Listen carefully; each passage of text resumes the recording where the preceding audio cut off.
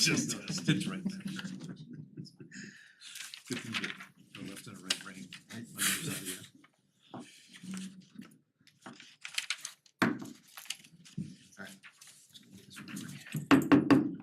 Good evening, everyone. I'm going to call to order the Board of Trustees meeting.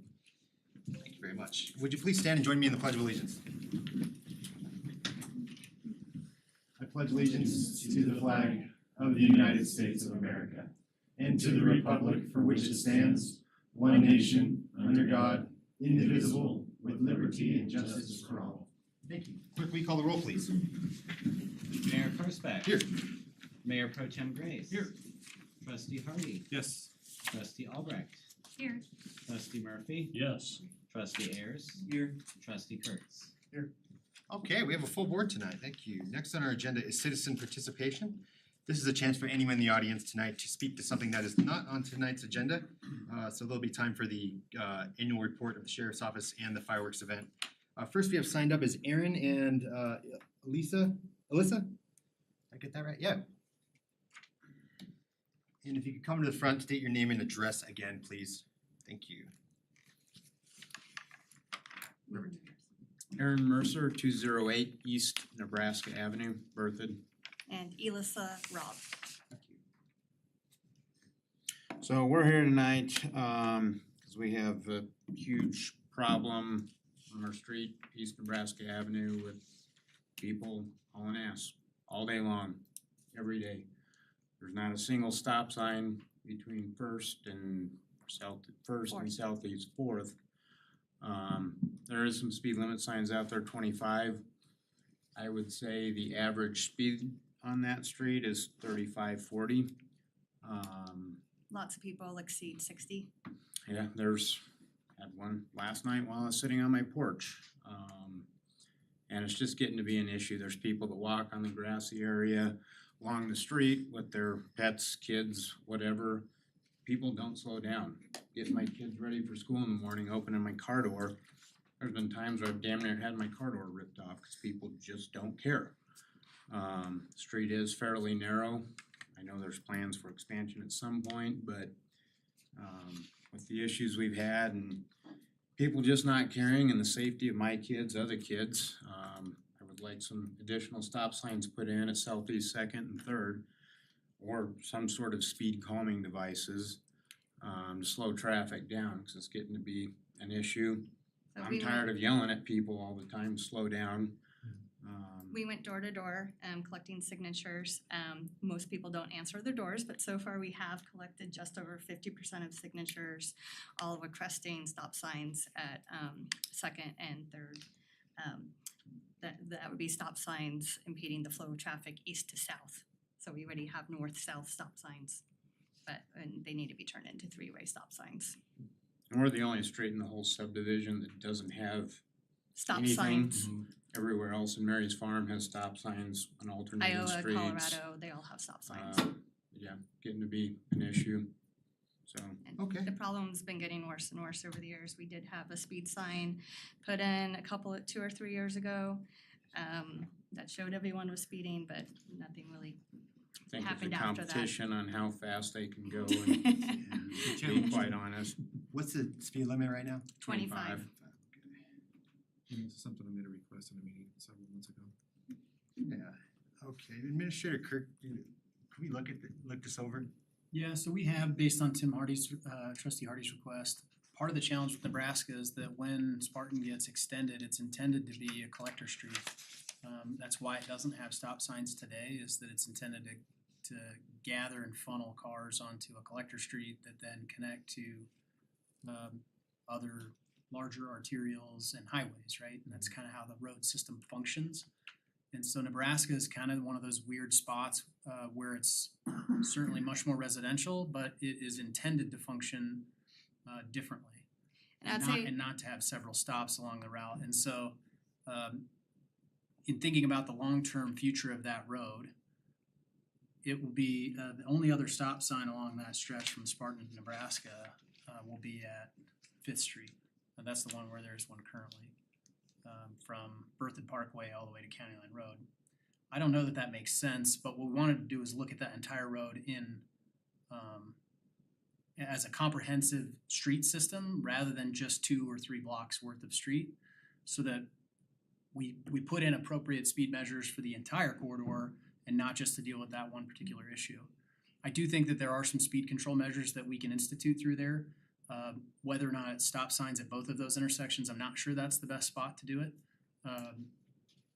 But our team is looking at kind of that entire corridor from Berthoud Parkway to County Line Road and what the future of that road will look like, and trying to deal with moving cars through what will eventually connect to 287 all the way to the west.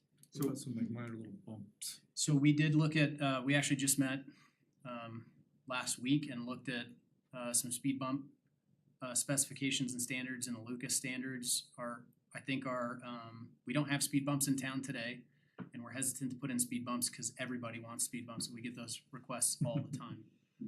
But here, that might be a legitimate place to do that.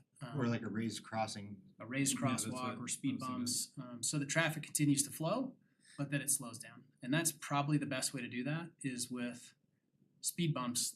The challenge is, and actually Nebraska's a good spot because you don't want to put speed bumps in front of people's driveways and things like that, but there are no driveways fronting Nebraska, so that's another place where it might be, that's another reason why it might be a reasonable spot to install a speed bump or two through that stretch to get people to slow down.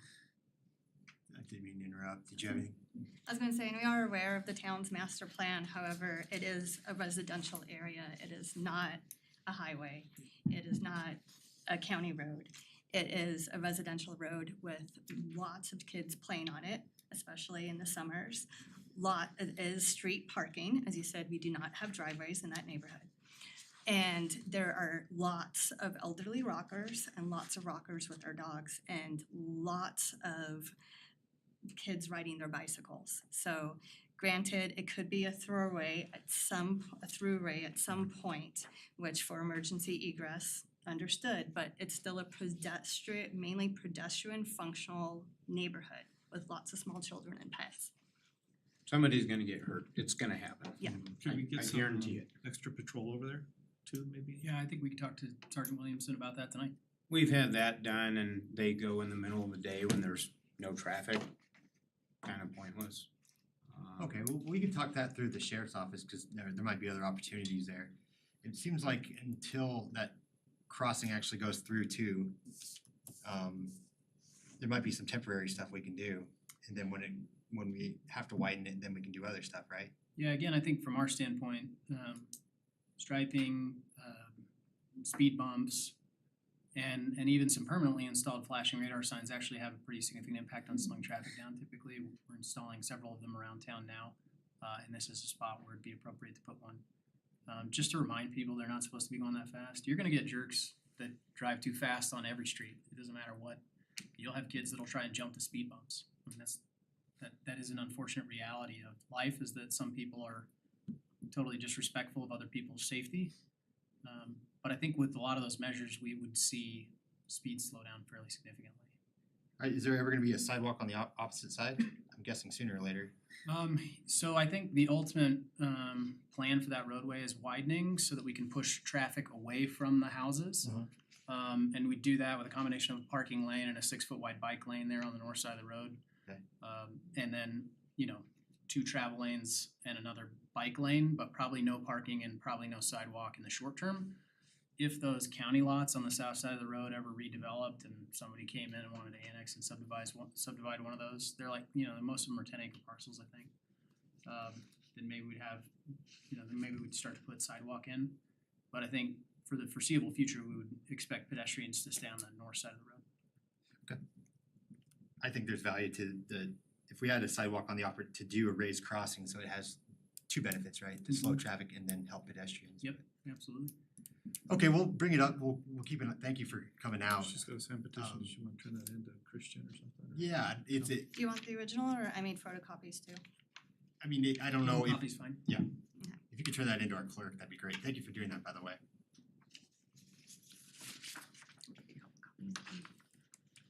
Do you need contact information?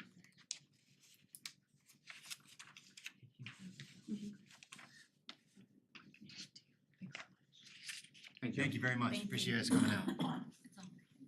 Next, Sarah Lincoln. Hiya. Hello. For record purposes, I'm Sarah Lincoln. I live at 236 East Highway 56, which is the home of Newell Farm Park and the annual farm concert, and this will be our 22nd year. And that's the reason why I'm here. I would like to ask you to please consider taking away the restrictions that are on the short-term rentals that are in non-residential neighborhoods. And the reason is because I need to book lodging for the farm concert. There's over a dozen people who need to stay in Berthoud. And usually I put them downtown. I'll give you an example. There's a man named Jason Innes who has a B&B on 338 Massachusetts. And it's the little Dr. McCarty house that's between the police station and the old police station and the old Moon Theater, which is now his photography studio. It's a sweet home, and quite a few people stay there, and they love it. And there are other ones in the downtown area too. And I've looked at your survey, I've filled it out, and I've also talked to some folks, and it seems as though that the main concerns have to do with how neighbors and neighborhoods are impacted by short-term rentals. But there are a decent number of short-term rentals that are in commercial, mixed-use zones that really, like Jason's has no neighbors. He is his neighbor, and he doesn't worry about noise and parking and those kinds of things. So, and the reason why we put people downtown is so that they can enjoy themselves, spend money in town, walk to restaurants, go to shops. And then the other thing that you probably don't realize is a lot of these folks, like the headliners that come in, they're national acts, they need their bands and themselves to stay somewhere. They don't really like to necessarily, if they fly in, rent a car. And so if they're in the town of Berthoud, then we can have someone pick them up very readily or go get them ourselves, as opposed to going to Longmont or Loveland and that kind of thing. So I would like to request that you please consider doing that, lifting sooner rather than later, with the understanding, if you want me to bring these folks in, I can do that and you can talk to them with the understanding that you'll get smarter and some things may impact them and change them, change their ways. But right now, I don't see any issues, and I need to reserve things for August. So thank you for your consideration. Thank you. I hope you have a good rest of your meeting. It's better now that you're here, so. Administrator Kirk, when are those drafts, are they gonna come back again, do we know? They should be back to you in March. Okay. So much. Trustee Hardy has brought this up before too, about that particular residence. Is there a way you can look at it sooner than, your final review in April? Is there a way you can? I mean, I guess it's up to us if we wanted to do that. There's no reason to split off the non-residential ones. I'm not sure from an enforcement standpoint. I don't know if you can just choose to tell us as a board not to enforce against people that are operating short-term rentals. We're kind of, I'll be So honest with you, I likely I'm delivered to gonna one get this kicked in the weekend, teeth so I know they're operating. It Yeah. just makes sense, I don't know.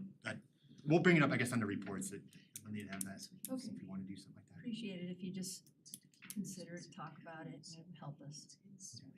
Thank you very much. Mr. Brian Lack. Brian Lack, 706 7th Street, right here in Berthoud. I just wanna kind of follow up the email I sent to you guys about accessibility to the trails and open space at Heron Lakes. And Paul Alaback, he used to live out there, and trails and open space are near and dear to his heart, and so I had lunch with him trying to kind of come up with a clear, cohesive what am I after? And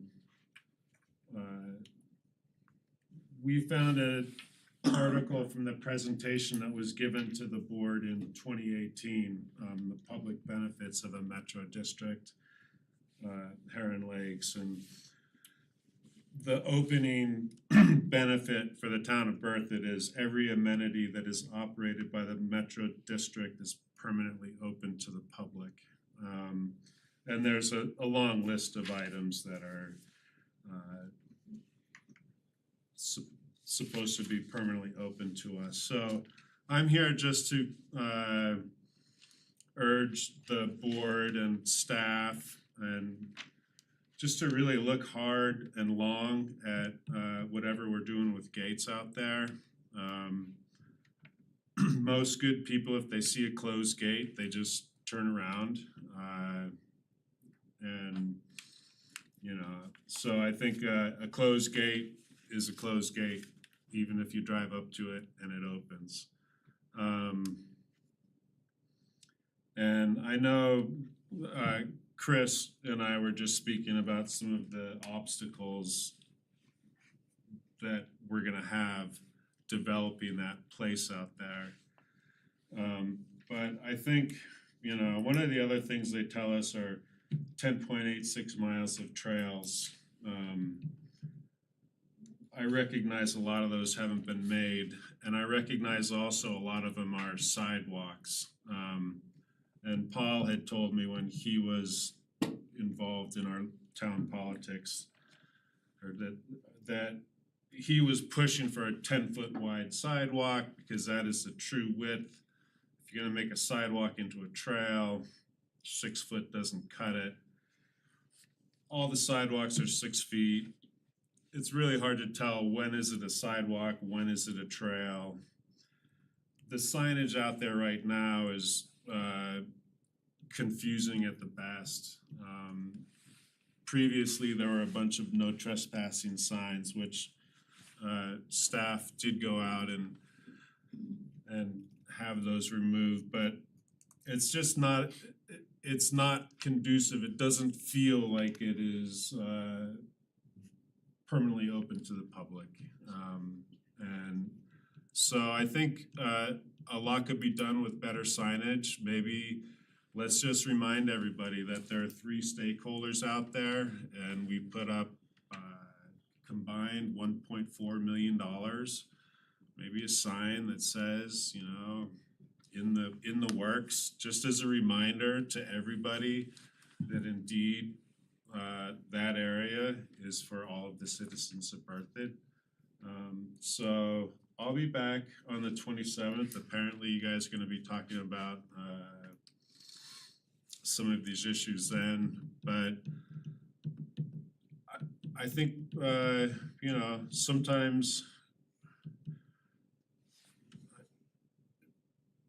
it could be that their job is to kind of push the envelope and get as a developer, you know, the bottom line is get as much as you can. And I think you guys know what your job is, and that's to push back when necessary and to and try and make it work for everybody. I know that's really difficult, but I think some better signage out there, some timelines on when and what is gonna happen, and let's let everyone know who the stakeholders are out there. It's not just the town of Berthoud, it's the town of Loveland, and it's GOCO. So I hope you guys will consider this, and when contracts or discussions or anything comes up around gates out there, fight hard. Let's keep that place open for everybody. Let's let everyone know that it is permanently open to the public. Thank you, Mr. Lack. Yeah, thank you. Appreciate that. I don't think the whole board saw your response, Administrator Kirk, so I'll forward that off. Mr. Lack did ask about our gate policy. We don't allow closed gates, but there's one at the TPC course that's closed until you get close to it and then it opens up, so by all appearances, it does look like a closed gate. That's actually true of three of the gates in. There's three? in Lake. And for that, okay. And I guess Go ahead. If I may, you know, in Chris's response, he had mentioned that there's one gate in the area of the subdivision that it's not exactly clear if it was approved or not, and part of me says before any other decisions are made on gates, let's figure out that one gate that is ambiguous and that we don't know, is that gate approved or was it not approved or what the deal is? Okay, good, thanks. And then, yeah, with the rookery, so I'll forward that off, that email too, so the rest of the board can see it. And it sounds like there's some holdups with the peninsula, the rookery.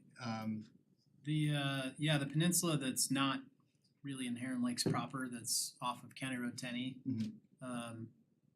There's just some access challenges there associated with its getting back onto the peninsula, both through Heron Lakes property and through some handy ditch company property that just make it challenging. There's also some restrictions about where you can go on the property from the months of April to September, which is whenever, or October, which is when everybody'd wanna be out there probably anyway, because of the rookery itself and the setbacks that are required to kinda keep people out of there. So there's a handful of issues out there that just need to be tackled. They're not insurmountable, they just haven't taken priority over other things. All right, we'll keep an eye on it. Thank you, Mr. Lack, and sounds like you'll be coming back, so thank you for bringing this up. Is there anyone in the audience that wishes to speak that did not sign up? Okay, did you want to? All right, well, thank you, everyone. We'll move on now to our regular agenda tonight. We'll start off with the consent agenda. The trustees want anything removed from consent. Otherwise, is there a motion to approve? I'll motion to approve the consent agenda. Is there a second? I'll second. Trustee Kurtz has moved on the consent and Mayor Pro Tem Grace has seconded. Clerk, can we have a roll call vote, please? Trustee Hardy, Yes. trustee Ayers, Yes. trustee Murphy. Yes. Trustee Albrecht, Yes. Mayor Pro Tem Grace. Yes. Trustee Kurtz, Yes. Mayor Karsbeck. Yes, okay, consent has been approved. We'll move on to the Larimer County Sheriff's Office Annual Report by Sergeant Justin Williamson. Thank you. Good evening, Mayor Karsbeck, Town Board Administrator Kirk. Chief Thank you. Williamson, I should say, sorry. Thank you for giving me the opportunity to present this annual report to you. The Sheriff's Office is really proud to serve the town of Berthoud. And we're very welcomed here by the town and the people who live in Berthoud. So we wanted to show the type of work that we've been doing for the community and how things are progressing with our staffing here.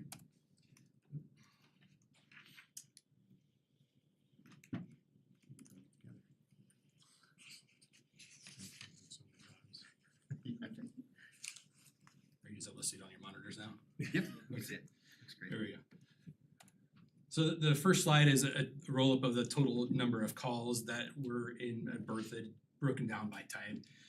For the audience, it's pretty small to read, but there's a significant number of calls that are categorized by our dispatchers. When the person calls in, our dispatchers listen to what the problem is and then try to categorize it based upon the types of things that are in our system. These are all those types of calls. So they're broken up in dispatch or officer initiated. So if someone calls in requesting service or calling in a problem, that's a dispatch call. If one of our deputies initiates an activity of anything, whether it's a traffic stop, contact a pedestrian, that's all indicated under the officer initiated category. Pretty consistent with the rest of the county. 64% of our activity is officer initiated and 36% is dispatch calls for service. So. Total call volume for the year is 9,392 calls. So when we take a look at that, if you break that down, that's 25.73 calls per day and 180.6 calls per week for the Berthoud deputies. And if you break that down based on the dispatch calls and officer initiated calls, you get 9.35 calls per day and 65 calls per week for the dispatch calls, and then 16.3 calls per day and 114 calls per week are self-initiated. So this slide shows you the averages over the 3 years and the percent of change over the 3 years from 21, 22 to 23. On the left side, on the right side is the year percent change from 22 to 23. I've highlighted the areas where there's significant percentage changes. While there's not enough data to justify that high of percentage, so there's just small changes and small numbers create those large percentages. So if you look at the one where the first one that says 700%, that's ALPR, that's our automated license plate reader. So if a deputies get a report from one of the flock cameras that's there's a stolen vehicle, warrants, or anything that alerts off of those, our deputies initiate those ALPR calls. So from 2022 to 23, there was a significant increase in the number of cameras we had and the amount of time that we've used those. So you see that large percentage increase there. Just going through some of those ones on the left side, you look at the disorderly conduct, you're showing a 500% increase, but you're going from an average of 1 call per year for the 2 years to 6. So while it's an increase, it's not a significant increase or any indication of any major crime levels in the town. Going down further, you see a 300% increase in graffiti. That's only going up from an average of 0.5 to 2 in 2023. So again, not a significant increase. Missing runaways, 209% increase. That probably accounts for a couple of children involved multiple times over, increasing those numbers significantly. Some of the numbers that do indicate that there's some issues is there's MVA extrication injuries. We went from an average of 1 per year to 2, so those are significant level injuries where the fire department's having to extricate someone from a vehicle. Usually those result in some sort of major injuries. We'll get to some more on the traffic accident. So you can see from 2022 to 2023, we had an increase in municipal violations. Some of those were ones written by the neighborhood services officer, but those are also some that our deputies are writing municipal code violations for people that are violating the municipal code here in town. Again, not a huge number, but it is an increase year over year.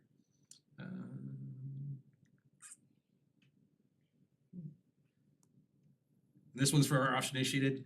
A lot of these are increases just in self-initiated activity for our deputies. So one that I really want to point out to you is our DUI arrests. From an average from 21 to 22, we're at 13 per year. This last year, our deputies arrested 40 DUIs here in town. Part of that's because we had 2 deputies that were part of our standard field sobriety construction cadre, and one of them was a drug recognition expert, so very skilled at investigating and identifying drunk drivers. So did a great job of taking a significant number of drunk drivers off our streets here in town. Our directed patrols were as our deputies just out checking on locations. Those increased from an average of 16 per year to 65 this last year. And then from the year over change from 22 to 23, we have a 300% increase in bike contacts. Again, the bike park opening accounted for a lot of those contacts. Evictions increased in town. That really has nothing to indicate for any type of crime level.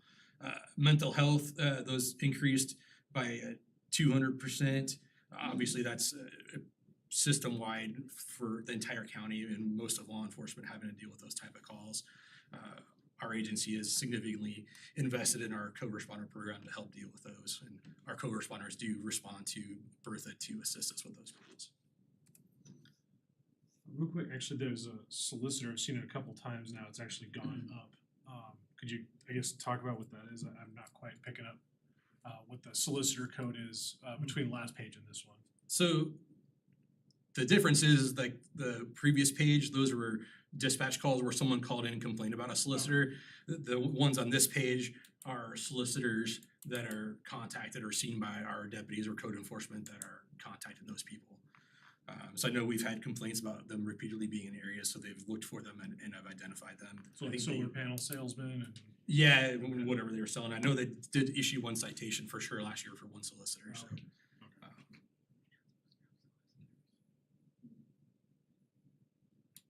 So this is just a quick graph to show you the daily counts by hour as to how many calls we have. Our busiest days of the week are Tuesdays, Wednesdays, and Fridays. Previously, I would have expected to see Saturday, Sundays because those used to be our busiest, but obviously that's changed over the years and we're now busier during the week time. And our top months for calls for service were June, July, and October. June and July, obviously, those are summer months. Kids are out. We have a lot more activity. People are out and about a lot more. Those are expected. So October is a little bit of an outlier on that one.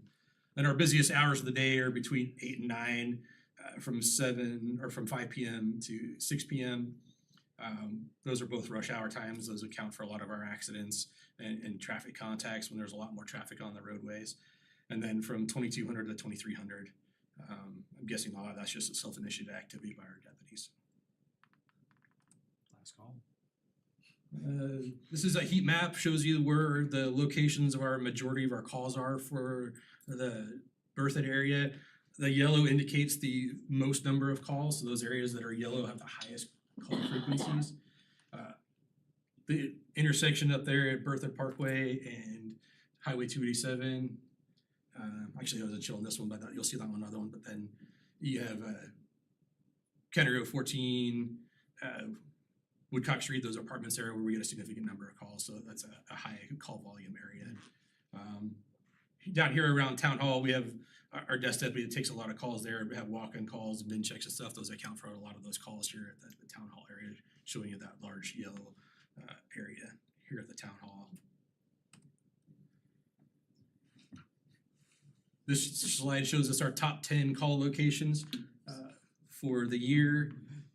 Probably some of them aren't any shock for you. Love's has a significant level of involvement for us. We have a lot of traffic accidents that occur in the parking lot, and our deputies have a lot of success contacting people there. Numerous felony arrests and several pursuits have occurred out of the Lowe's, or should be the Loves. Woodcock Street Apartments, the Heron Point Apartments, both those locations on either side of the road there are both high frequency calls. Berthoud Parkway and Highway 287 at the intersection, a lot of accidents occurred there. You see the 807 Mountain Avenue, that's the Berthoud Town Hall, we discussed that already. And then the trailer park, the Berthoud Rec Center, the Quick Corner and Hayes Market and the intersection. So a lot of those are just frequent areas that our deputies patrol on a regular basis. Top 10 call types: suspicious circumstances, welfare checks, assist citizens, burglar alarms, MVA non-injuries, suspicious cold circumstances, theft cold, so that's a theft report that comes in that's old, it's not actively occurring, assist other agencies, family problems and fraud. So a couple of those within there are self-initiated activities, the rest are dispatched.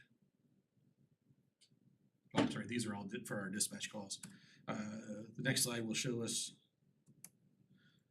for our option-initiated activity that our areas are our officers are most active. Or again, they're the yellow areas, those with the highest volumes. You can see out of the Loves, that's one of our highest volumes. So again, Loves at the top of that list for the number of calls at that location.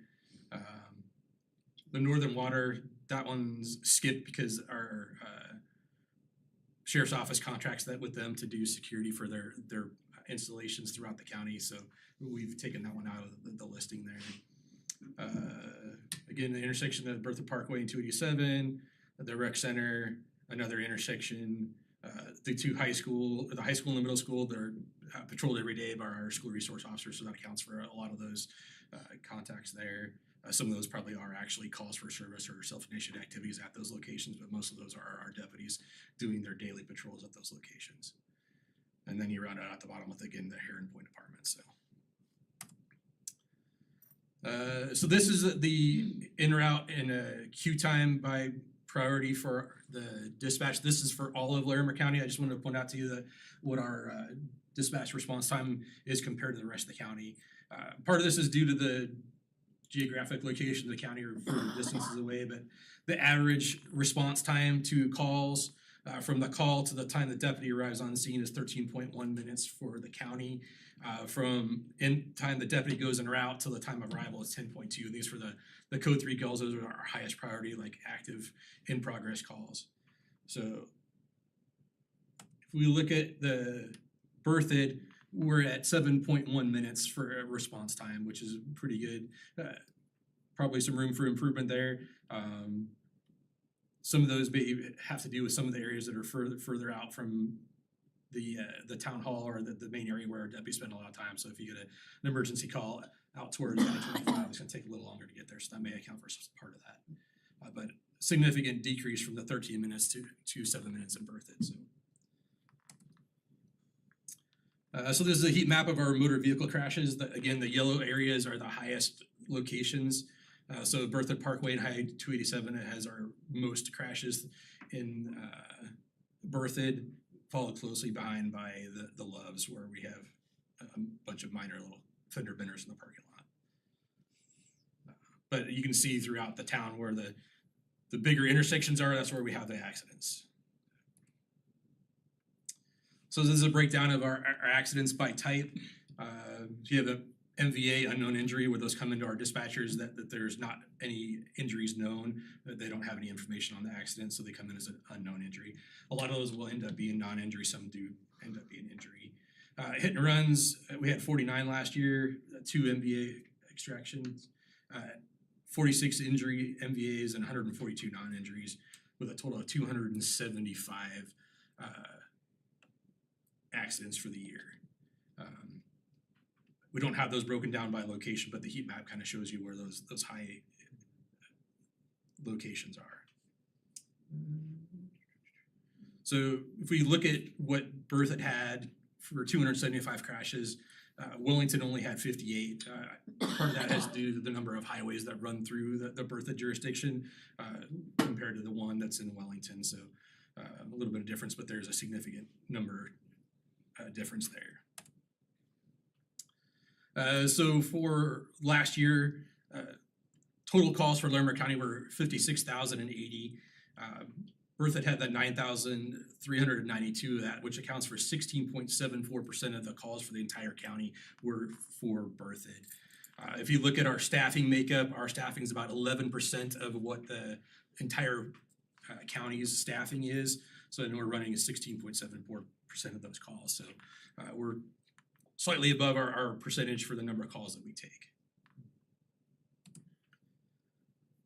So now we want to talk about our flock program. So Deputy Zach Anderson, come on up.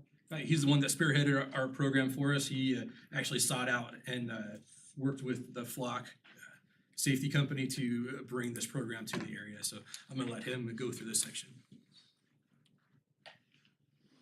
Thanks for having me. So we kind of wanted to give you guys an update, kind of where we're at. We're sitting at roughly a year-ish of these cameras in the ground. We'll talk about some like permitting issues we've had, as like the program's obviously countywide. Some of those affecting like Berthoud cameras as far as CDOT and where we're kind of at with that. So we're sitting about a year of those cameras in the ground, but the company's still going on their term that they're not starting that 60-day time clock that we talked about last time I saw you until all those cameras are in the ground. So this is actually kind of a cool study that was just introduced out of Texas that kind of talks about flock safety specifically and the impact that they have on certain communities. The study was done down in Texas because that's where a majority of their stockholders were at, where their CEO kind of started in that neighborhood I talked about when we first talked about it. So that's kind of where the study came from, because that's where a large majority of this company started, was down in Texas. But as you can see, something that's nice is that an LPR, or license plate reader camera, per sworn officer is associated for about a 9.1 increase in the clearance of crime rates.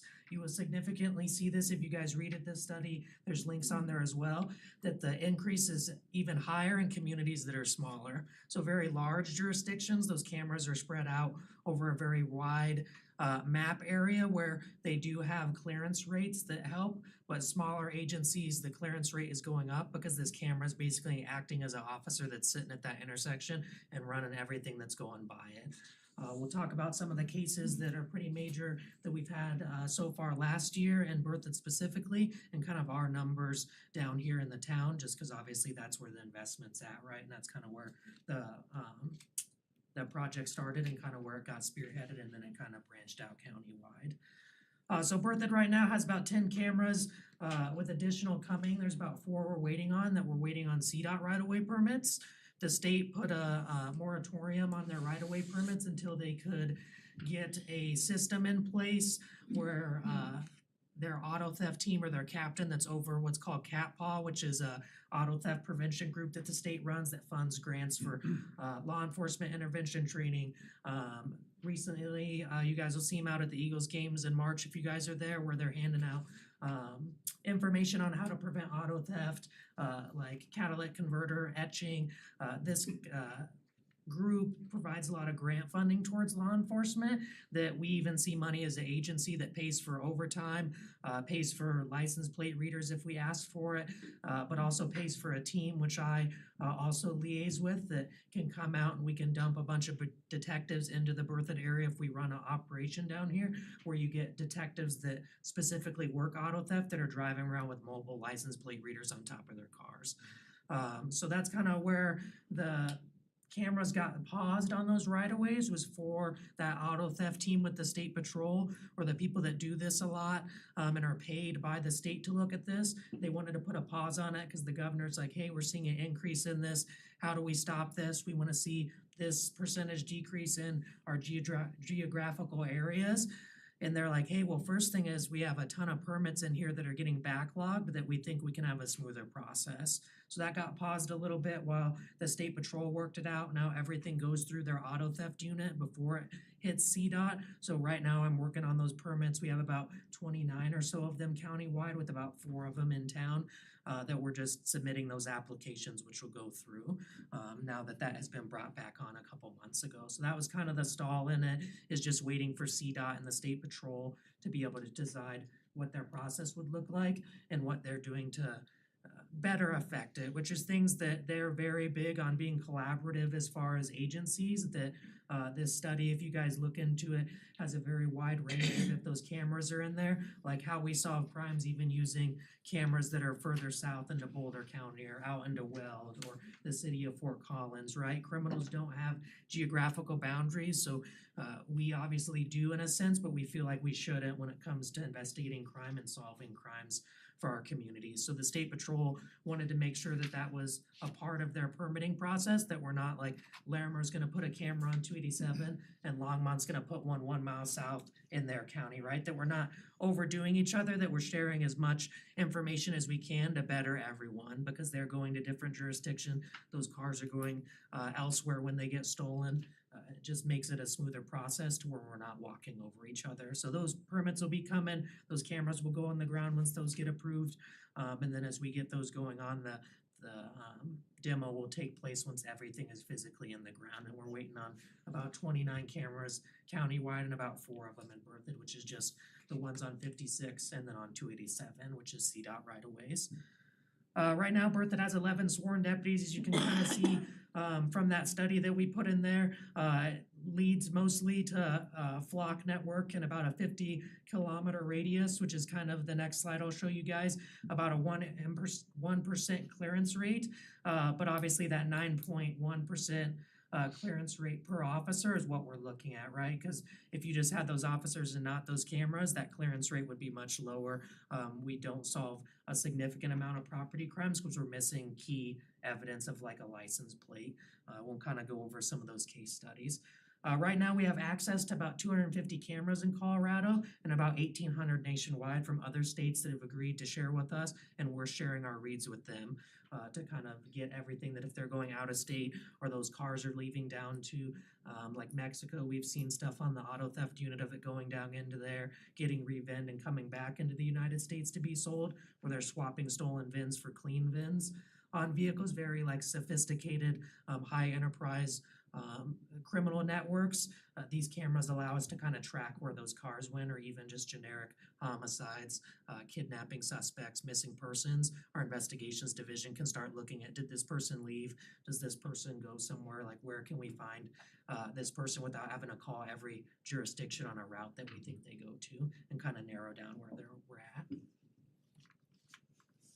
So this kind of shows you right here on a map, the blue circles, the 50-kilometer range, which touches a lot of stuff. So at the very end of it, we're hitting cameras in Westminster and then obviously all the way up to the state line with our cameras that are in Wellington. That's just the furthest north cameras right now for that side of it. So that 50-kilometer range, that 9% is affecting that if we can develop in that side of that kilometer range, that we're more likely to have a higher clearance rate because now we're pulling in all that data from all those jurisdictions.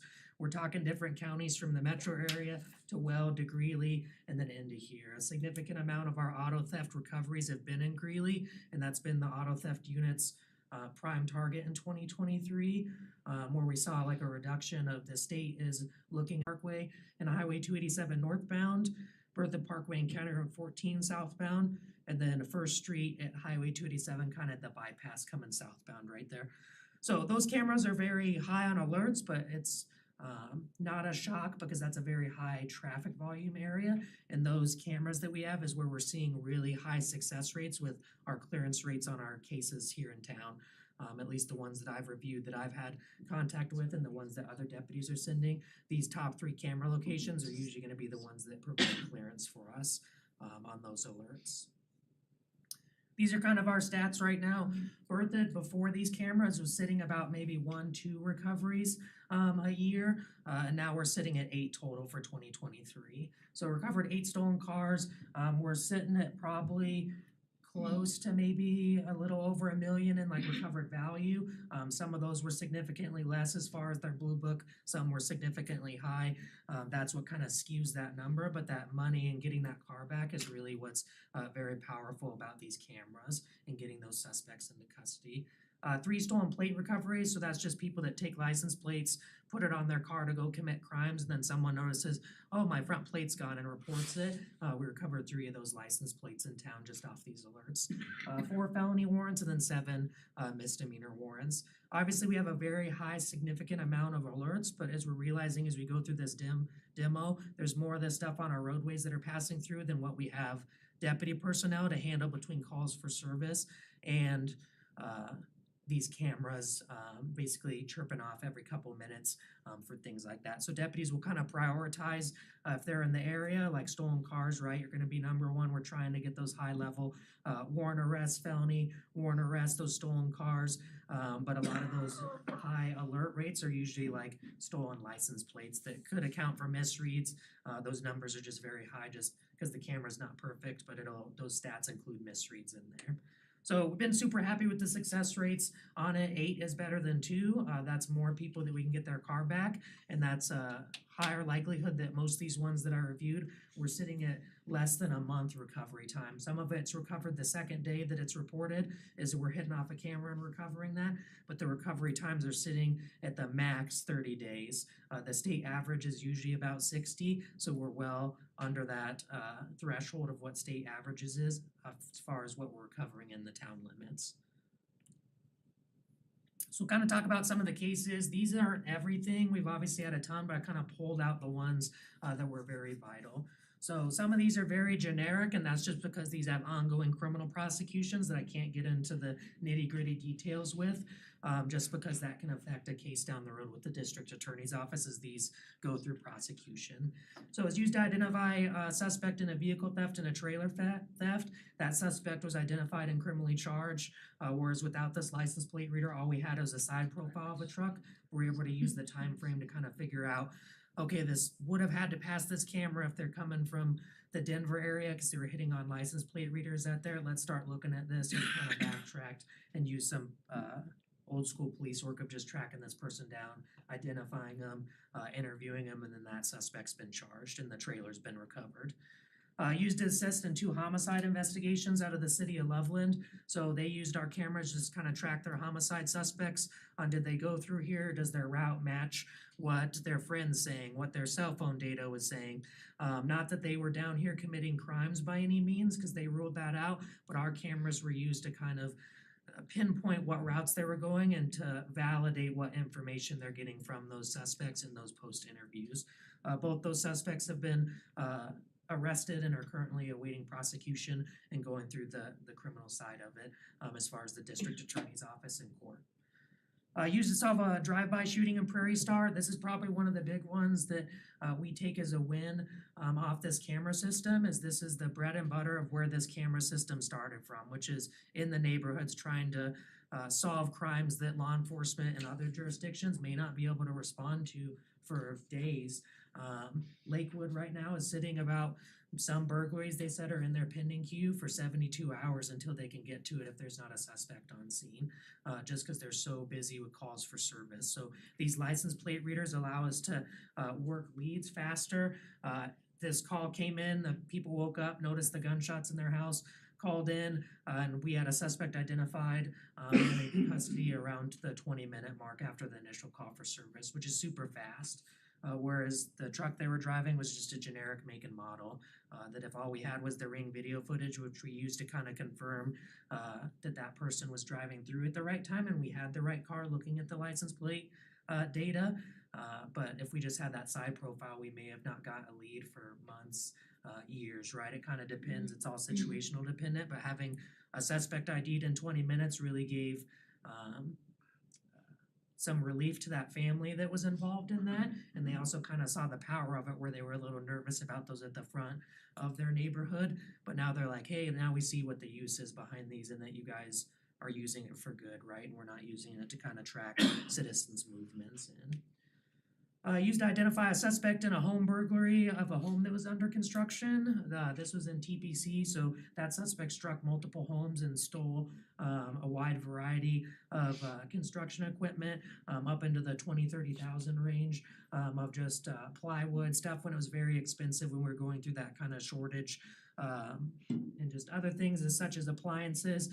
Identified through a license plate reader of entering that neighborhood around a time of we thought the burglary happened. We then went to a gas station where we knew they stopped at, got photos of them. That suspect was identified, and then a license plate reader. We entered it into it where deputies can enter in custom alerts for this burglary suspect. Suspect ends up coming back into town weeks later, and we were able to stop him on a traffic stop that Y was involved in. We recovered all of the stolen victim's property, and then that suspect was criminally charged and is currently waiting his day in court for that to go through to see where we're at. So really fast recovery rate on that, right? Property crimes are very routinely low. We're talking about 10 to 20% of those get solved. About 80% of those don't get solved nationwide as far as an average because we just don't have leads. So so far these have been super successful.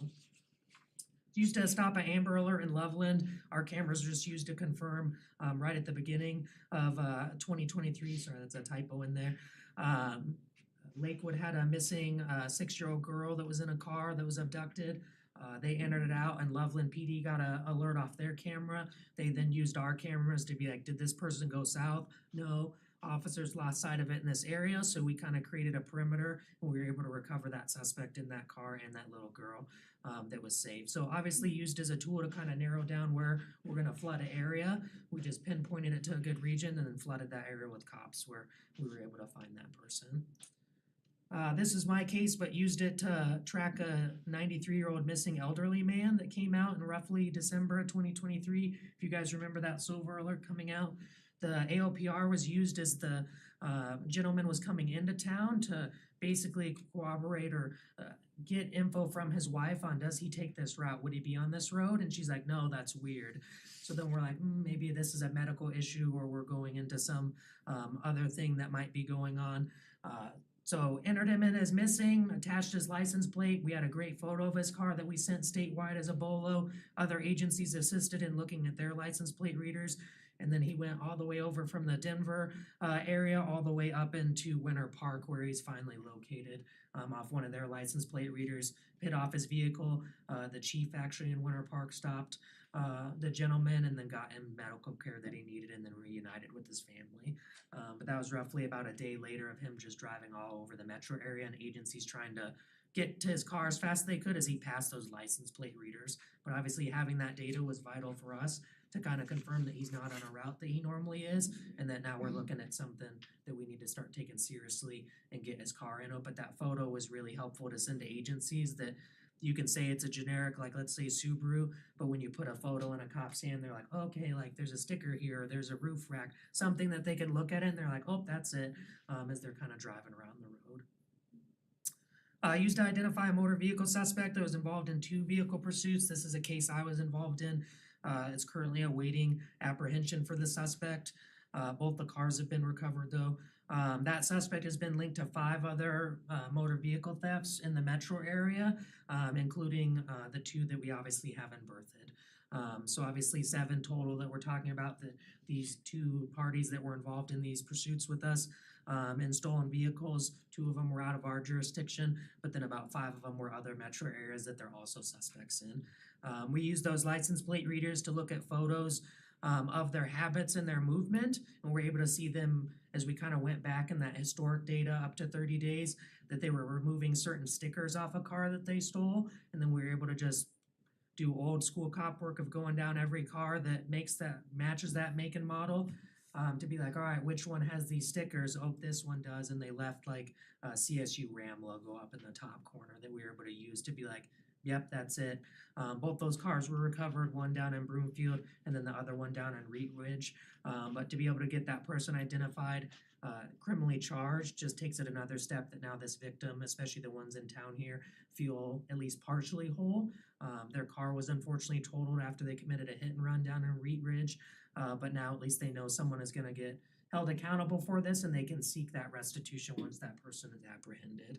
And we're working with the metro area agencies and the auto theft task forces down there to try and get these suspects apprehended for us, because that's where we think that they're currently at. This is a recent case out of late December that is still awaiting prosecution, but I used it in a storage unit burglary. One of our storage units off 2nd Street saw a very high increase in burglaries that were going on where suspects were cutting locks and then stealing people's personal property in there. The license plate readers were used to identify a vehicle. It was grainy enough, at least just when they passed cameras due to weather, that I could only see the last 3 of a license plate, but we were able to use some other databases to kind of confirm that suspect was identified. That led to a joint investigation with the FBI, the Boulder County Sheriff's Office, and the Longmont Police Department, because the suspect that we were looking at is also a suspect in a federal investigation. Boulder County's looking at them for a very high amount of auto theft and basically forging fake titles from different states and Chop Shop, and then Longmont was looking at them for a very high amount of narcotics trafficking out and forth of their residence. So teamed up with them, that search warrant got served down in late November-ish. Suspect was identified in that. The person we originally thought it was not our suspect, but through that search warrant, we were able to actually identify our suspect that was driving our truck. Recovered, unfortunately, 1 item from the victim. The rest of his stuff wasn't recovered from our thefts specifically here, but our suspect's been identified and is currently awaiting to be picked up. One's outstanding for charges that are involving this case for our stuff up here, and then the other one is arrested on site and is awaiting prosecution, where it's gonna go to a grand jury indictment for Boulder County for a variety level crimes, and then a grand jury indictment for federal charges as far as their investigation. We can't really get into specifics on what it is, but once that comes out, once they're physically indicted, the FBI and Boulder County plan to do a joint press release, and you guys will be able to see that information as it comes out. But definitely not people you want rolling around the streets in town, especially when these higher level agencies are looking at them as well. But without these cameras, I never would have been able to identify their truck, which obviously led to at least recovering some stuff that the victim lost. But being able to work with these other jurisdictions is something that's very vital for us to be able to share knowledge information, share what case info we had, and then that aided their investigations too, because they obviously have other tasks that they're trying to get these suspects on different crimes, but now they can kind of track movement, that if they had them under surveillance, that does this match what we saw, does this match court data we're getting, or does this match other data from like informants, stuff like that they have, that now we can kind of just work together and confirm. So we're kind of new into the year, but I kind of wanted to add some stuff in here just as we kind of hit the new year, that this was in January, February. Just so you guys can see that just because we changed over to a year doesn't mean that we're stopping as far as the success rates on these. So deputy recently got an alert for a stolen vehicle. That suspect led deputies on a pursuit. That suspect car was stopped in the south end of Loveland after a pursuit. The suspect's identified as a career criminal and auto thief, and he's actually a suspect in a Berthoud vehicle theft, which involved a stolen gun, and then about, so far, at least from what I've tied him to, about 5 other motor vehicle thefts out of the Denver metro area. CMAT, which is the Colorado Metro Auto Theft Task Force, which is like Denver PD, Aurora, those major metro agencies are also looking at this gentleman as one of their targets, so we've been liaisoning back and forth with them to be able to bolster both of our cases, as this suspect is obviously not including on ours. Out of the Berthoud case alone, he was charged with 7 felonies, and then we're awaiting other identification that will hopefully lead to more stolen cars. So we expect this to go big. There's multiple players in this. There's hope that it could go to a COCA case, which is in a Colorado Organized Crime Act, which is very big to get these suspects on, because that means they're not just regular criminal that I'm just gonna steal this car and go out for a joyride. Like, we're talking very high level tech that this suspect is using that we recovered in this car that is not your just general auto thief. We're talking like years of practice in this and very tied into well funded and well organized criminals that we caught off of this license plate reader early this year. We obviously talked about the remainder of the cameras should be installed on CDOT right-of-ways here pretty soon. And then once those are all on the ground, we will start our 60-day evaluation period. We'll get that to you guys once that demo state starts, even if it's through an email, just letting you know, hey, the demo's going, all the cameras are in the ground. And then we'll kind of come back once it gets closer to that end, like we talked about last year when I originally saw you guys. We're working with the Love's Travel Center on getting one at the front of theirs. They saw a significant high increase in shoplifting and high-level diesel theft. So we're working with their corporate loss prevention to see if they're willing to pay for a camera, if we can get one on this demo to let them see the results before they decide to make this or not.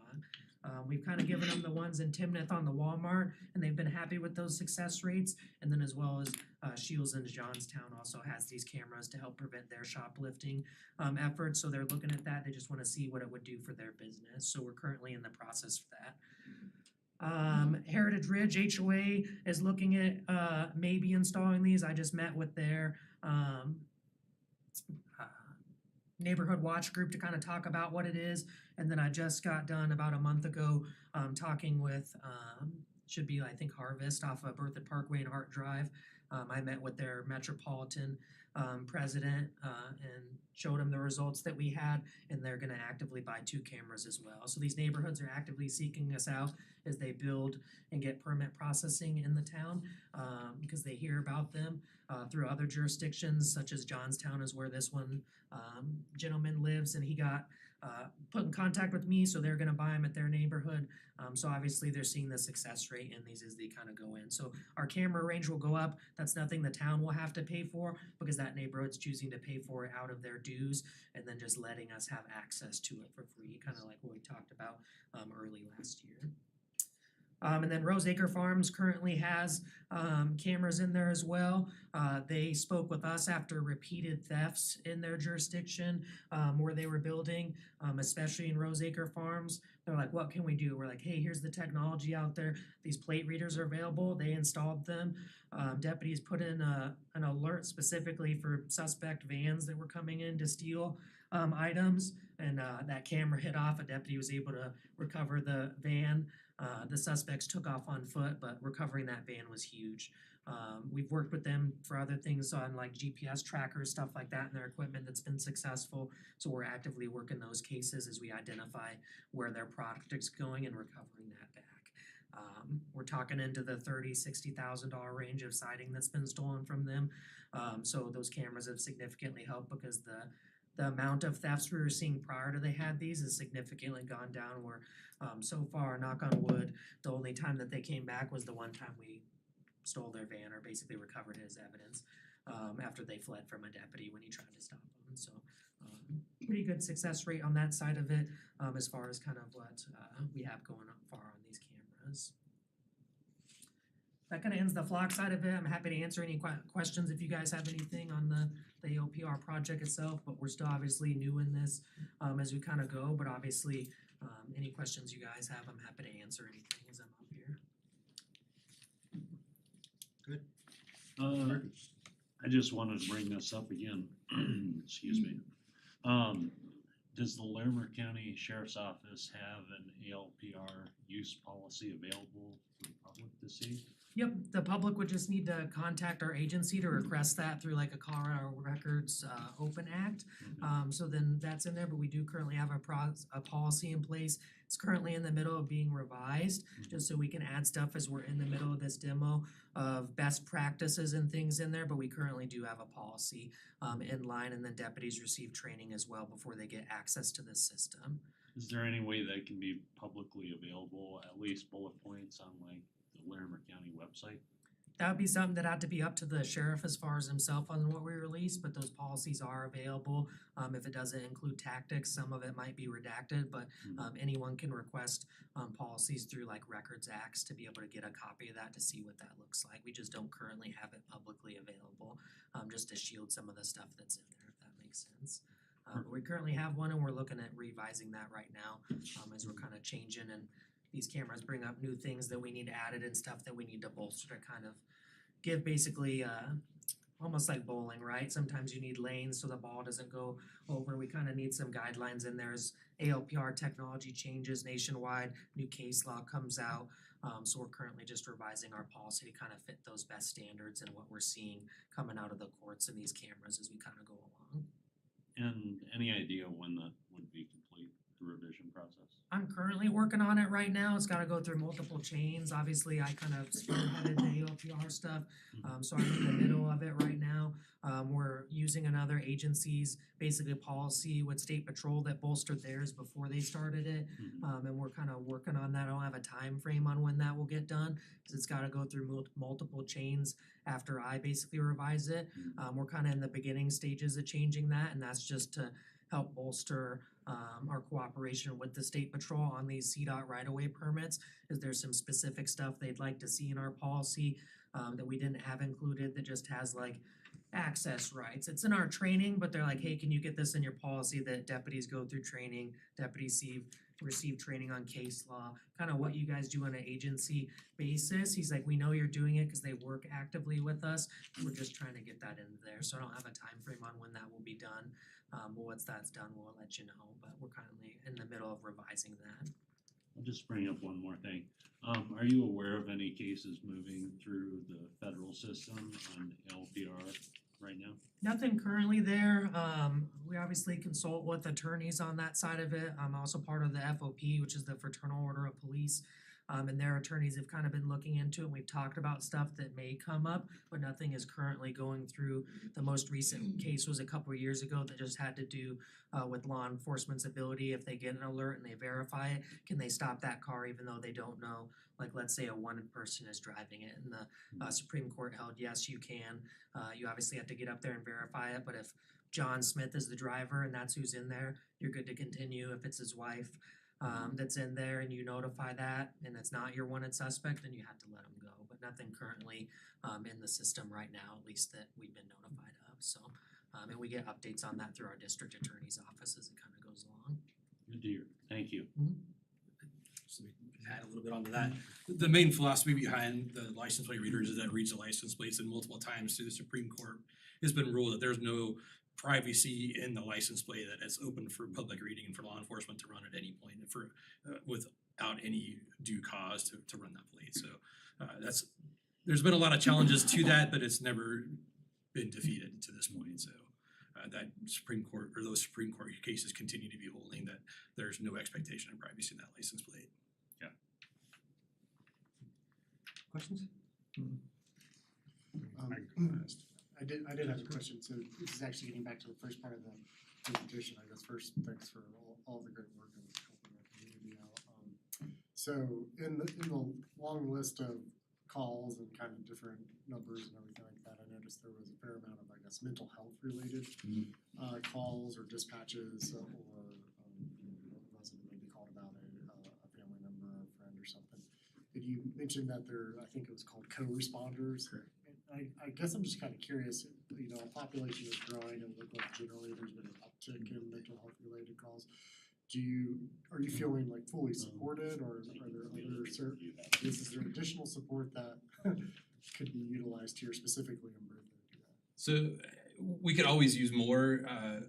The Larimer County Sheriff's Office was one of the first ones in the area to start a co-responder program. Sure. We currently have 4 co-responder deputies that specifically respond to calls throughout the county, including in Berthoud and Wellington. The school district for Thompson Schools has partnered with the Sheriff's Office and Summit Stone to have 2 co-responder pairs working within their school district. I believe Poudre School District is also in the works of moving that program into their school district as well. I don't know as to whether they're gonna use the Sheriff's Office or Fort Collins, but each of the major agencies around have a co-response model. Fort Collins and Loveland are both primary response models where we have a co-responder, which is a mental health clinician.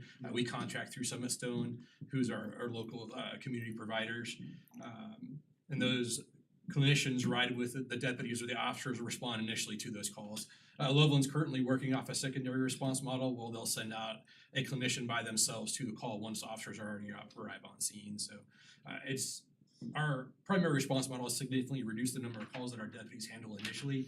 They may have to go and assist with the call slightly, but they once they're under control, they can be turned over to the co-responder team and they can deal with that one. Also, the opening of the Longview treatment facility is gonna be a great help to us.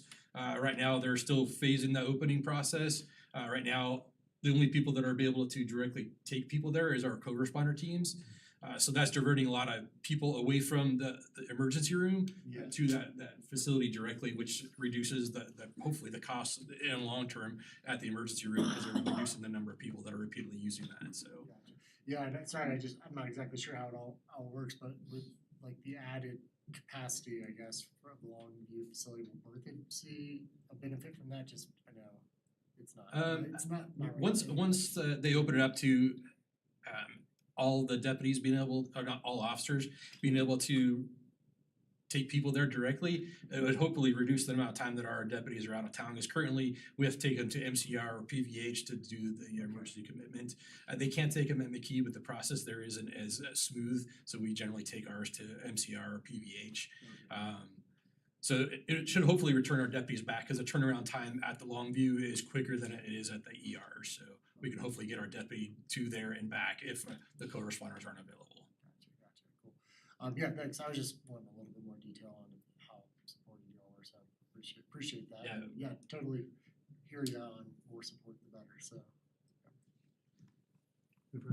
Yeah, I guess, just kind of going back to the mental health thing, I know, Larimer County's been really great about actually having a lot of people that are non-deputized, but they come in and help with that. Fully supportive of that, that's exactly kind of where a lot of these things need to be resolved and not taken to jail, things like that. I just wanna say, applaud you guys for pushing that and continuing to utilize those resources and encourage you to keep doing that. That's exactly where I think a lot of things are gonna start shifting. I guess the other one is kind of goes back to the ALPR conversation. I guess are you aware of any plans for either Weld sheriffs or anybody in Greeley to start up an ALPR program? Cause I saw a huge hole in that net out there. Zach would probably be the better one to answer that question.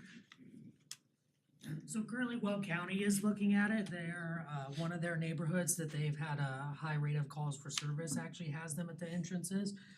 Weld County's looking at it. They're just had a contract that came through that some of their right-of-way stuff just didn't fit correctly, where they're trying to partner with Flock, that they're just in those stages of it. So Weld County's currently looking at it, and then Greeley is now looking at it based off of the use of our cameras in our county project and our results that we're seeing off of it, and then the results that what's called BATTLE, which is Beat Auto Theft Through Law Enforcement, which is the auto theft task force that I was speaking about, our results in the city limits of Greeley and the case clearances for outside jurisdictions. Their chief is currently also looking at moving towards that. They're in the middle of looking at different ALPR vendors. They just don't wanna start it, and they just rather use our demo and be like, hey, this is the direction we wanna go, instead of being like, let's do this demo with 3 different companies and then they're kind of stuck in between on what they want to decide. So we're in constant contact with them as far as the auto theft group that I work with that has multiple agencies involved. And they're also looking at starting that. It's just within the beginning stages of their side of it.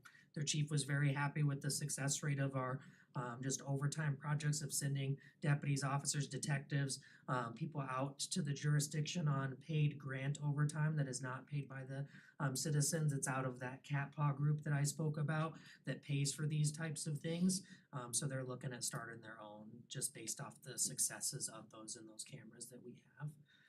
The city of Loveland has started buying cameras as well, so that will only bolster our north region, and then to the south of us, Meade and Longmont also have cameras as well as some of the unincorporated areas of Boulder County. So Flock is growing as we start to see success rates as far as a company goes, and I think the big thing is just the network, right? That we're touching more stuff than what we had before, and just that retention policy, right, is key. That this company is very big on protecting citizens' privacy rights, and that 30 days has not been an obstacle that we've had to overcome, where it's made like a substantial,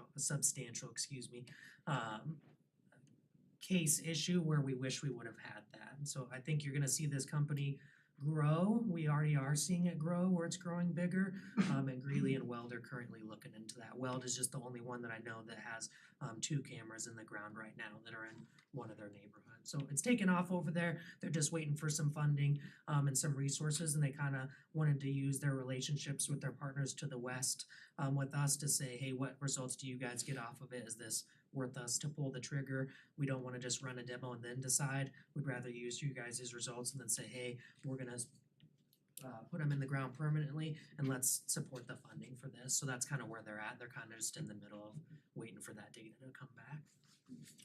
Was your call for Flock overall, the other, you guys looked at a variety of vendors? So it's kind of safe to say that you've brought this to Colorado if everyone else is looking at. Yeah, I mean, Castle Rock was the very big guinea pig, and then Okay. all of us just kind I of. was gonna say, they owe you some piggybacked dividends off on of this it. if you- So, obviously, the sheriff's office has no interest in what brand we pick, right? Just like we have no interest in the movements of our citizens, right? The sheriff's office only has an interest in aggressively pursuing criminals and solving criminal cases and reducing crimes in our neighborhood that will support very collaborative public safety efforts and getting these cases solved. So we don't have a opinion on it. Obviously, I'm happy with the results that we've seen so far from them based on the different license plate reader companies that I've worked with. But just with the way we already go with our car cameras, with our dash cams now incorporating license plate readers in them from Flock teaming up with Axon, it was just kind of a no-brainer to use one company, and that's the direction that we're going on, is that it's just one software, one system, and so far they have the best retention policy as far as the public transparency, which is very important to us as an agency, right? And then the ability to be able to actually show results behind this and pursue criminals as aggressively as we can, right? And get people into custody and charged. Absolutely, smart Yeah. choice. Go ahead. No, the like kind of actually talking to that, going through the results, and I know you read through it. It actually got published a week ago, a little more than a week ago. The paper here.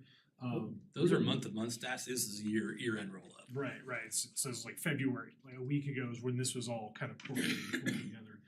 The 6 independent variables that kind of threw all in there, to paraphrase it back down, is all based off of essentially the number of Flock cameras per deputy or per officer accessed to.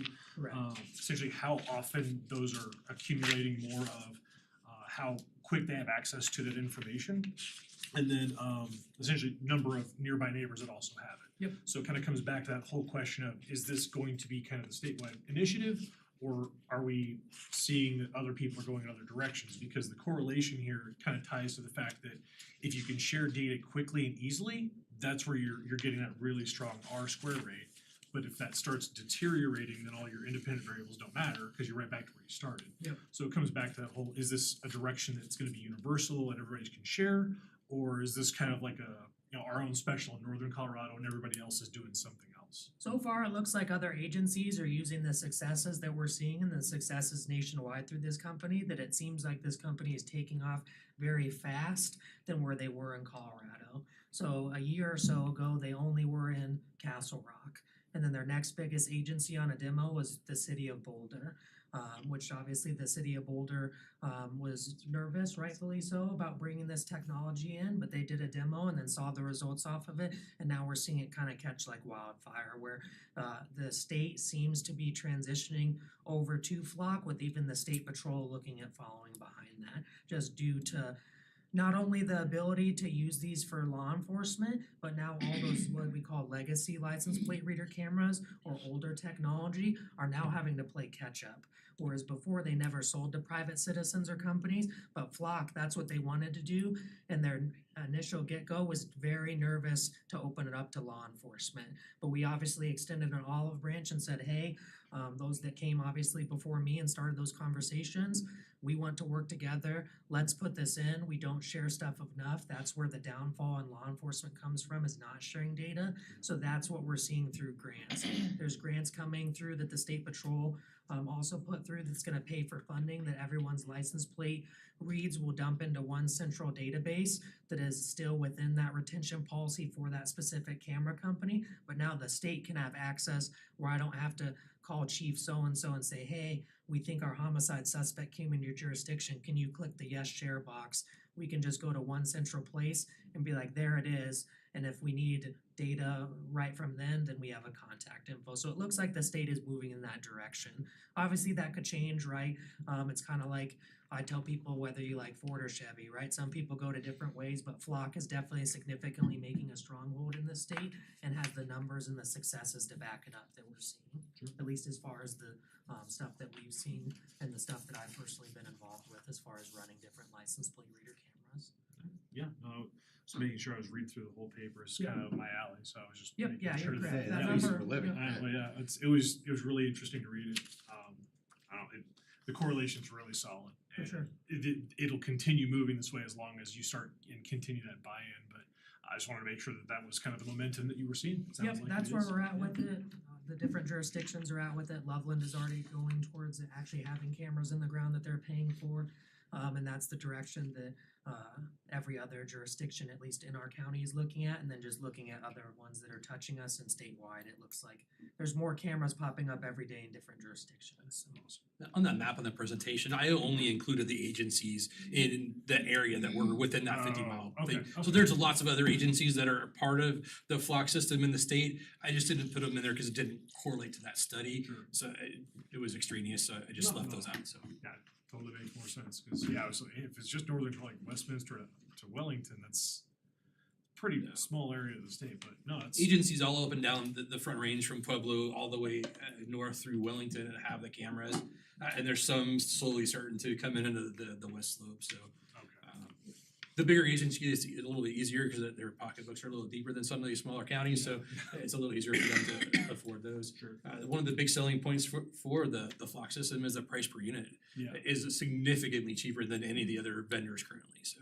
interesting, okay, no, it's awesome, no, this is great, good information that this is kind of rolling, it's showing a huge promise and success, so. Other questions?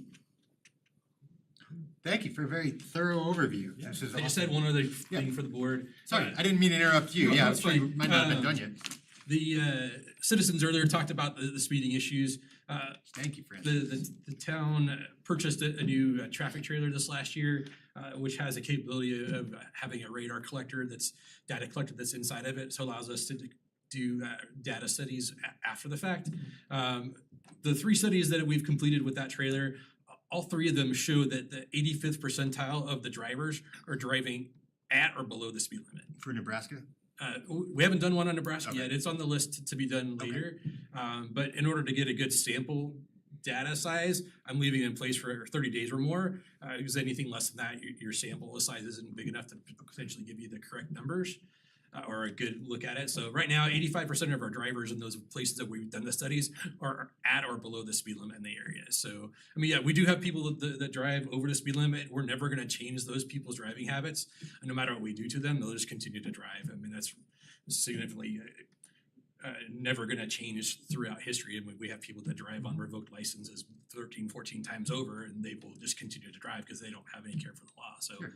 we'll never fix those people, but 85% sounds pretty good. 85% is a good place to be at, I think, so.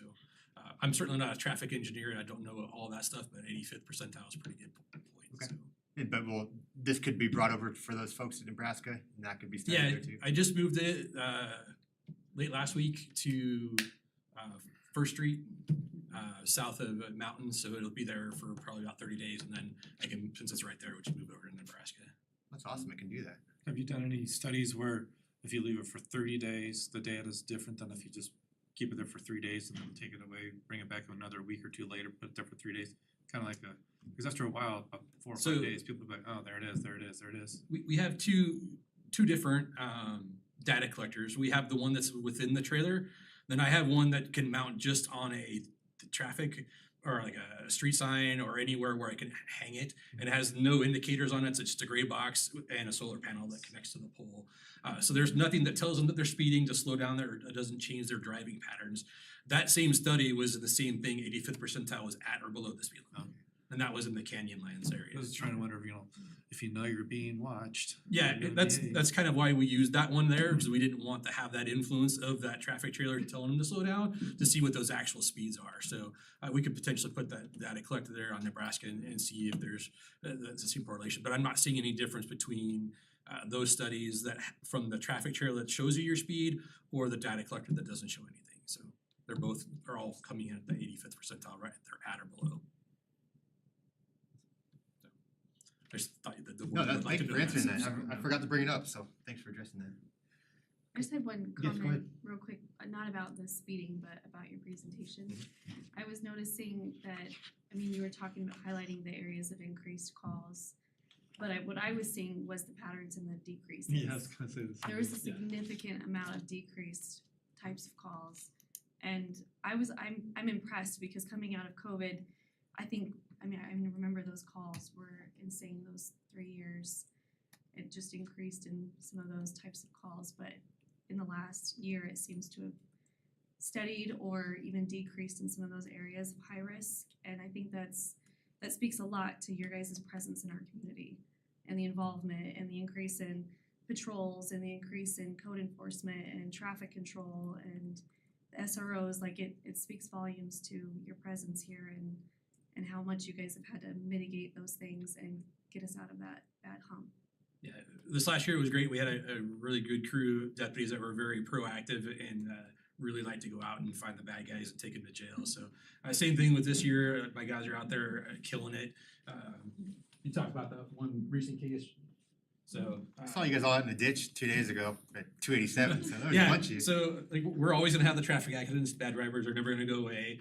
Accidents do happen, so people make mistakes and the accident happens. So those are never gonna go away. Hopefully, we can make those go down in some locations. The deputies are hammering 287 currently, trying to slow traffic down there, but we've had numerous drivers driving over 100 miles per hour on 287. So we're aggressively targeting those drivers. We've had, I think, 4 or 5 vehicles now elude us on those areas at speeds over 100 miles per hour. We've arrested one person and summoned several other people for misdemeanor level speed. So Can the flock get That's at where you 100 miles per hour? I think Speed what was limit that top speed on the technically floor? beats 135? What was he going south? Yeah, 150 to 151 miles an hour for So the looking flock at those average. negative numbers can be a positive. What's that? Looking at those negative numbers can be a positive. Yeah, Yeah, like May said, it shows you guys are, it's great. Cause that's what I was looking at while you guys were talking about all the increases, I was looking at all the red down, the negative ones. Yep. Granted, they weren't 300% or 500%, but still.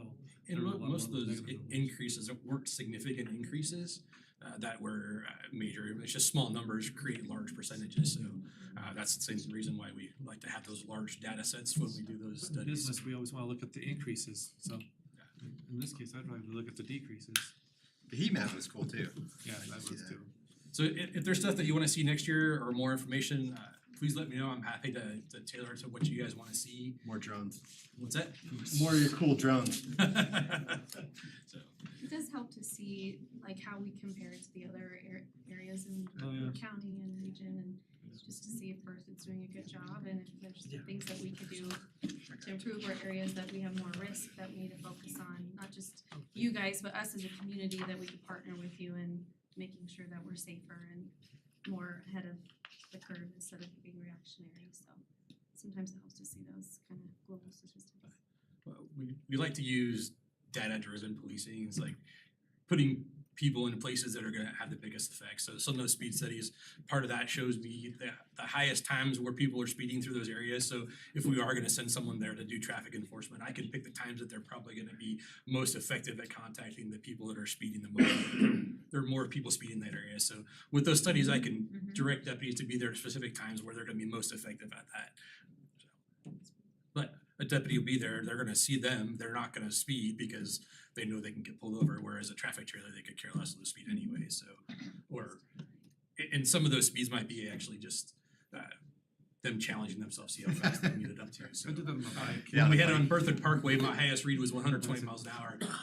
I'm really hoping it's one of my deputies driving to an emergent call at that fast, but I don't know, cause there's no cameras associated with this, so. Alright, thank you for your time. Thank you very much. Yes, great there. Thank you all for showing up too. Okay, we'll move on to our final agenda item tonight, and that is the 3rd of July fireworks event. Administrator Kirk? Mayor Karsbeck and trustees, just briefly, we just wanted to let you know that our intention is to host another July 3rd fireworks event, starting around 5 o'clock in the evening and ending after the fireworks sometime around 10 p.m., hosting that at Wagner Farm Park. The show that's planned this year is similar in scope to the one last year. There's a slight increase in cost because unfortunately, I think we all know everything's just gotten more expensive. But there will be some additional fireworks included as part of that display. So similar to last year's display, a slight increase, probably not noticeable to most average viewers, and a slight increase in cost. We've had a lot of great response this year from food trucks. That's been a kind of a constant challenge to get food vendors to come and participate in the event, but I think we've already got 3 times more signed up than we did last year, so that's always something we hear a lot of, more food vendors. So it should be a great event. We will have some live music that our recreation team has reached out to and organized, and we're looking forward to another great event on the 3rd of July. So there'll be a lot of marketing material coming out. There's some kind of initial stuff in our spring and summer activity guide that just came out recently. We'll do a lot more promotions as we get a little farther along. Our recommendation would be that you approve the agreement between the town and Zambelli Fireworks for the fireworks display on the July 3rd, for the July 3rd event. Thank you. Has there been any thought, Tracy Stevens brought up years ago about a corporate, way for corporations to donate? Yeah, sponsorship. We've talked about it. We did, but I was just wondering if we looked into it.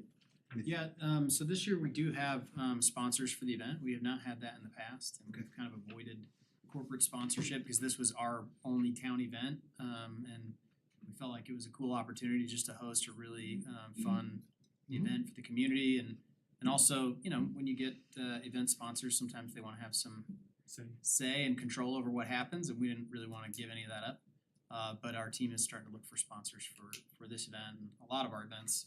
We've got a whole new sponsorship package that's been put together this year that our recreation team has put together. We've got sponsors at the rec center and the gym and a whole bunch of activities. Yeah, I was thinking for the actual fireworks themselves, if Yeah. they can put their logo up and We still put fire the if town they of want. Berthoud as the presenting sponsor, so Yeah. everybody knows that that the town is the one that's done it, but that's certainly something we can do in the future. Yeah, I'm not saying for the sake of having sponsors. I think Trustee Stevens, the way I interpreted his request was if we could do this, we could have even more fireworks for the same cost. I see what you mean. As being The town pays for that. To expand the show. Yeah, exactly. More- Yeah, that I hadn't thought of, so more yeah. ordinances in the sky. The finale brought to you. Yeah. Finale 1 brought to you by XYZ. I'm all about it. Finale 2 brought to you by. Cool. Is there any questions, comments for Administrator Kirk? Doesn't sound like any. No, I'll motion to approve the contract between. It says presentation on here, but do you want to just say contract? Sorry, yep, that's fine. If you'll just approve the contract between the town and Zambelli? Yeah, so be it. Okay, so moved. Is there a second? Second. Okay, trustee Hardy has moved on the contract, Mayor Pro Tem Grace has seconded. Is there any final discussion on this? Clerk, can we have a roll call vote, please? Trustee Murphy, Yes. trustee Kurtz, Yes. trustee Albrecht, Yes. trustee Ayers, Yes. trustee Hardy, Yes. Mayor Pro Tem Grace. Yes. Mayor Karsmack. Yes. Okay, that concludes our regular meeting tonight. We do have an executive session, but we won't be taking any action in that. So we'll just go right on into reports and then the board will adjourn from executive session. So we'll start off with trustee Ayers. So Port met earlier this month, got some two major park updates. Both of those are going to be in the agenda soon, so I'll just give sort of the overview. We got a discussion of Mountain Vista Park and the different phases proposed. Some of the Port committee was concerned about a couple of the proposed parts of the project. The main one was the use of artificial turf on the ball fields instead of grass because of concerns about heat, but also concerns about cost.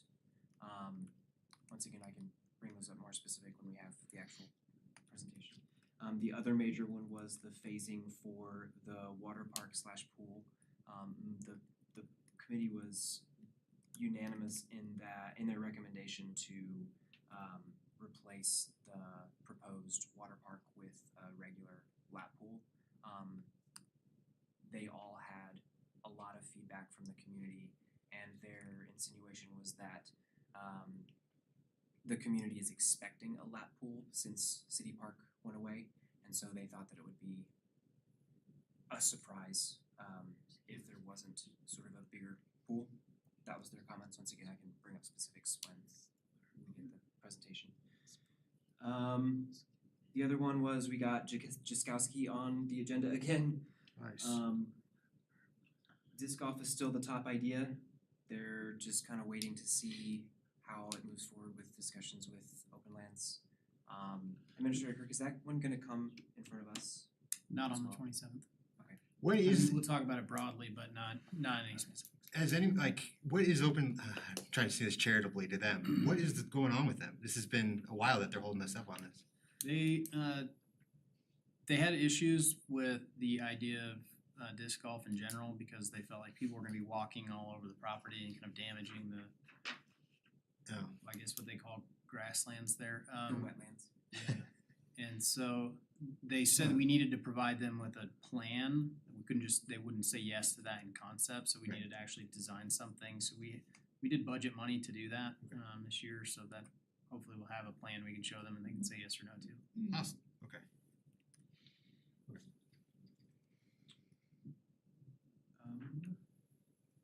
That's all I had. Awesome. I'll just tag in, I had a point on the pool too, so I had, because of that meeting, people reached out and so I had coffee with Ms. Hobson and yeah, she kind of just brought me up to speed on that unanimous. Is there there's phasing, is there options, is any of the options gonna be, like what I'm trying to do is prevent it from coming to us and then that all hitting us on the spot. Is there any of the options presented by staff to have that changed out with a lap pool? There was Keith Knoll took the suggestions. and he's gonna Oh, so that will put come, on my oh, staff great, and okay. Get back to him. But the other concern from their part, since you brought that up, was that the park is right now scheduled for 3 phases. Ball fields in the north, ball fields in an open space in the south with a playground, and then the water feature as 3rd phase. And they were also concerned about the timeline of that because phase 3 would be 7 to 10 years. And once again, the feedback that they've all gotten from the conversations they've had is that seems like a long time to wait for Yeah. a large outdoor pool.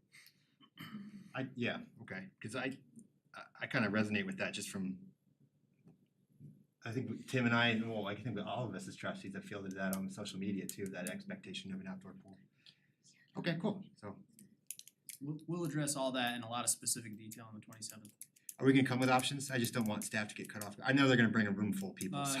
No, I mean, the option we're gonna present to you is the one we've been working on. There's a lot of good reasons why. I'll touch on them for 30 seconds. The original master plan did not include an outdoor aquatics facility at all, so there should be no expectation there was gonna be one there. Staff added one in because we felt like it was something that would be a benefit to the community. Well, they're talking about lap lanes, and we know the recreation center had that in there. In fact, the Parks Master Plan didn't include an outdoor lap lane pool at all.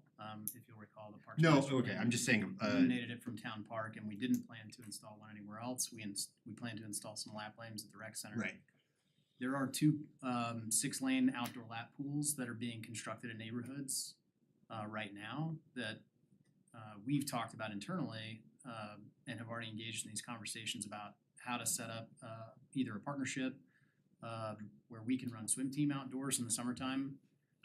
You know, the indoor pool is working great for our recreational swim team currently. I just talked to our rec director about it last week. She felt like things are going well there. But it would be nice to be able to host an outdoor meet or to practice outdoors in the summertime for the couple of months a year when an outdoor lap pool would be available. So entering into some agreements with those metro districts to be able to utilize those facilities for town programs, and then also, you know, potentially for lower cost admission to those pools for folks that wanted to use them. In the interim, until we have an outdoor aquatics facility. But if the board would rather have an outdoor lap pool at what we currently call Richardson Park, that's fine too. That's not what we designed, but we actually don't intend to finish the pool design because we expect it to be phase 3 because the original port plan from back in 2016 and identified ball fields as a higher priority. But that's all what we're hoping to get direction from you about on the 27th. right. And then when I was talking about is the expectation for lap lanes, and we have them at the rec, but just that same that we needed to replace. So I see their point too. But that's good to know. Thanks. Thank you. Trustee Kritz? Yeah, just one small report. It's more of an opportunity for you also. I guess disclosure, I work for Northern Water, but every spring and every fall they host a water users meeting or symposium, and it's open to the public. So as representatives of the town, as water users, you know, Berthoud gets a lot of water from the projects. That we held April 2nd at the Embassy Suites in Loveland. It is during the daytime, so just FYI on a weekday. But they do typically go into kind of big picture issues of what's happening from a land use and water planning perspective here in northern Colorado River issues, updates on Chimney Hollow. So anyways, just an opportunity. I do know that Director Matthews, I don't know if he normally attends, but I saw him at the fall symposium. But good opportunity He for will all be those there if in your the calendar spring. allows. Yeah. Putting it in there. Yeah, so that's April 2nd. But no reports. So. All right, great. Trustee Albrecht? The pool conversation just leads me to, I wonder if we've had conversations anytime recently with the school district about a pool for the schools here, because I think that would alleviate a lot of the need and demand for places for meets and somewhere local that our kids could go. We have quite a large community now to not serve that growing need for a pool for our schools. And then that might alleviate the need to have certain amenities at the ball fields. I don't know if we've talked to the school district or I don't know Yeah. How are they what their feeling? position is. No, post to the rec center conversations. Yeah, we've Yeah, talked okay. about him. Not a lot of specifics. As you know, they're looking at a lot of facility improvements that need to be made and a lot that need to be made locally here in Berthoud. I don't know that they've made a decision about that, so I wouldn't want to scoop their kind of thought process publicly yet, but we are having those conversations with them kind of behind the scenes. You're bringing up Definitely would love to know how we could poll our citizens, not the full school district, on what the demands and needs, greatest needs are for our schools in Berthoud, and see how we could prioritize those needs, because some of it's space and technology, some of it's the pool. That's kind of been such a pressing one for so long that we're behind on. So I don't know if, as those conversations come about, if there's anything we can do to help represent the voices of the community in those meetings. Please let us know. I mean, we guess we could run our own survey if they don't, I don't know. When's our next dinner with them? They're quarterly, right? I think it's in April. I think it's a good point. And I don't have any other major reports. I've noticed there's a lot of really cool grassroots business collaboration that's starting to happen downtown and just community-wide, just female business owners coming together and the chocolate walk thing seemed Yeah, like I it was saw that. really cool. So I'm super excited about businesses rallying because I think it's a hard time for small businesses to operate with the cost of everything. But I would like to see if there's any interest from the board, if we could have an update from economic development, just to see as things have changed and how tight things have gotten for our small businesses, if there's anything we're doing from an economic standpoint to help address these needs or to help kind of balance with new development, new businesses coming in, how we're really supporting our downtown. And I know Walt did a cool meet with some of the businesses, and it'd just be neat to have maybe a full update on everything we're doing economic development wise. We're already planning to have Walt come to you in March to talk about the DDA and some of the other stuff he's been working on. Fabulous. Awesome. Thank you. Trustee Hardy, Nothing to report. Trustee Murphy. You got a few things. I wanna thank Trustee Ayers and Mayor Karspec. I had contact from a representative with the Rocky Mountain Conservancy, which is the nonprofit organization that supports Rocky Mountain National Park. They'd like to present to us, and I appreciate that. Going beyond that, had a resident bring up a question about the upcoming elections and the legality of sharing information on the candidates from a town perspective. Is there any way that the candidates could submit more or less kind of like a fact-based like blurb about themselves that could be posted on like the town website? I know, private organizations obviously do that, the paper does that. Is there any way a government entity could do something akin to that for the candidates? It's not atypical for the town to sponsor some sort of a forum. Mm-hmm. And as far as using town resources to that's where it gets tricky. Mm-hmm. Because what we can't do is we can't use town resources to urge the voting of a person. Mm-hmm. So whether or not that falls into that category or not, I'm not aware of any decisions on point. Mm-hmm. So I think if it's just across the board, Mm-hmm. every candidate, they're given the same parameters. Mm-hmm. I think that's something that would fit within the Um, Campaign Reform Act.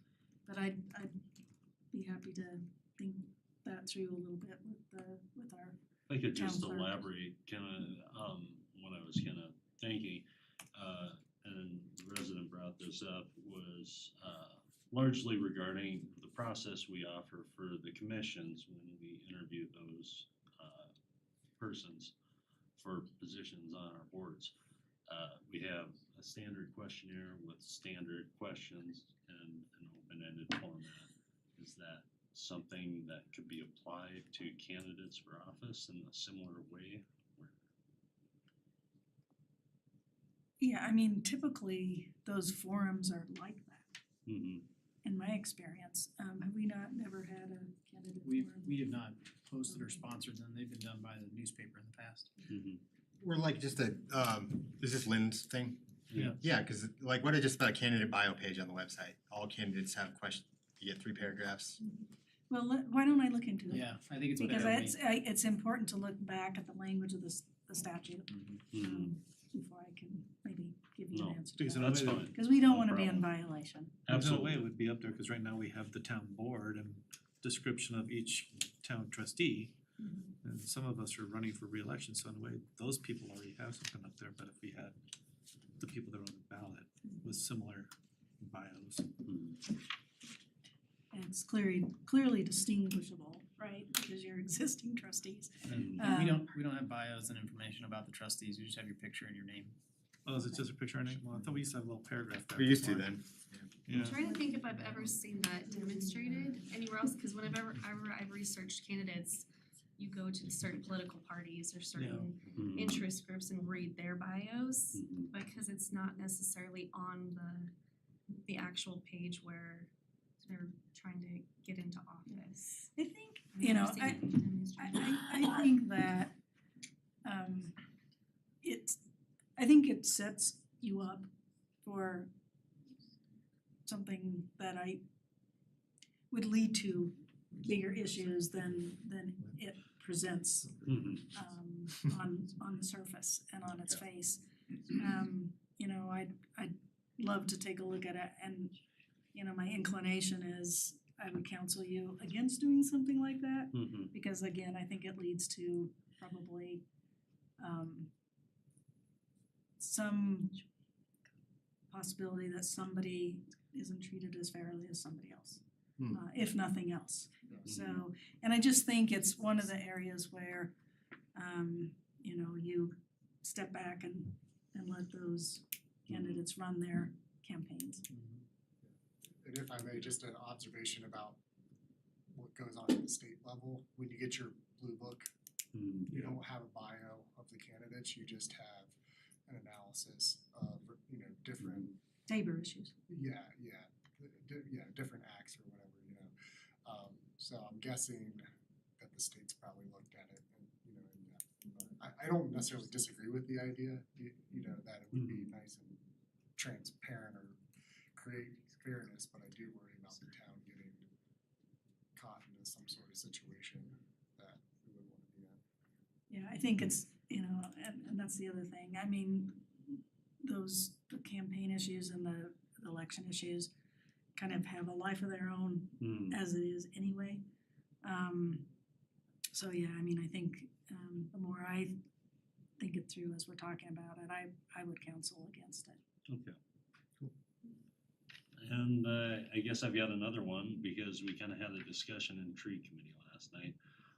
Overall, right now, we're just gearing up for Arbor Day. I'm doing some school outreach, trying to see if we can engage some of the elementary schools along with Forester Furnace. We'll let you know when we figure out what we're doing. Right now, we're kind of talking about a calendar contest along with like drawings produced by students.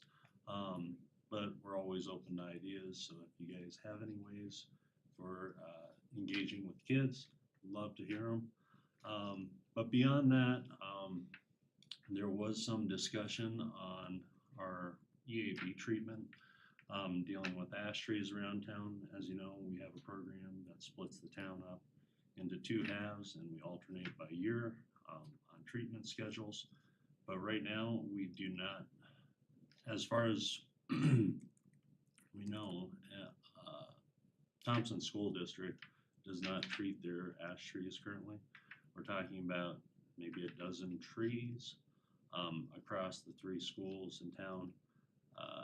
And the question that came up for the tree committee was, is there any way we could extend our program to cover the school district's trees on their property, specifically from EAB treatment standpoint, as well as a possibility to prune those trees.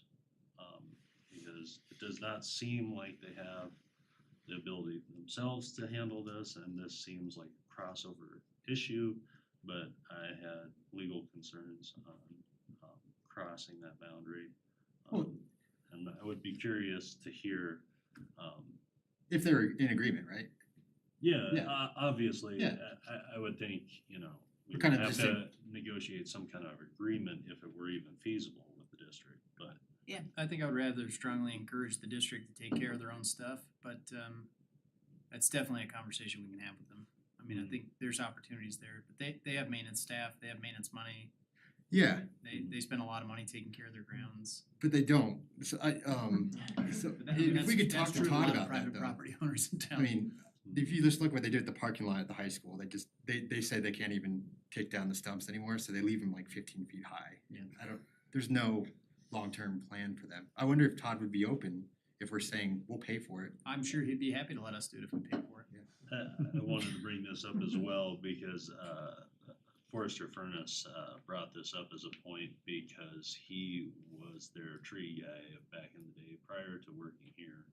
And he had significant concerns about the lack of care for their trees for the district. So it was a question worth asking, I felt like, if there are concerns with just us crossing over into the district's, purview. We have intergovernmental agreements with them to use their facilities and do lots of different things. And I'm sure we could come up with something if that was something the board wanted to do. You kind of sweetening the pot, say, hey, if we do this, maybe we can get more use of the gym. Yeah, it's in our benefit. I mean, those are 12 untreated trees that could potentially get EAB, so I think it protects our whole urban forest. I hope they would take care of it, but I just, from looking at what they're doing right now, it doesn't seem like they are. But so I'd be supportive of that. Okay. And Just my let's one see. trustee. What else? The last thing I wanted to bring up, I testified before the House Committee on Transportation. I think it was last week, or maybe it was the prior week, I forget. Regarding a bill going through on the commuter rail. Largely, this was a cleanup bill. I just largely spoke for myself and our general want of the station here.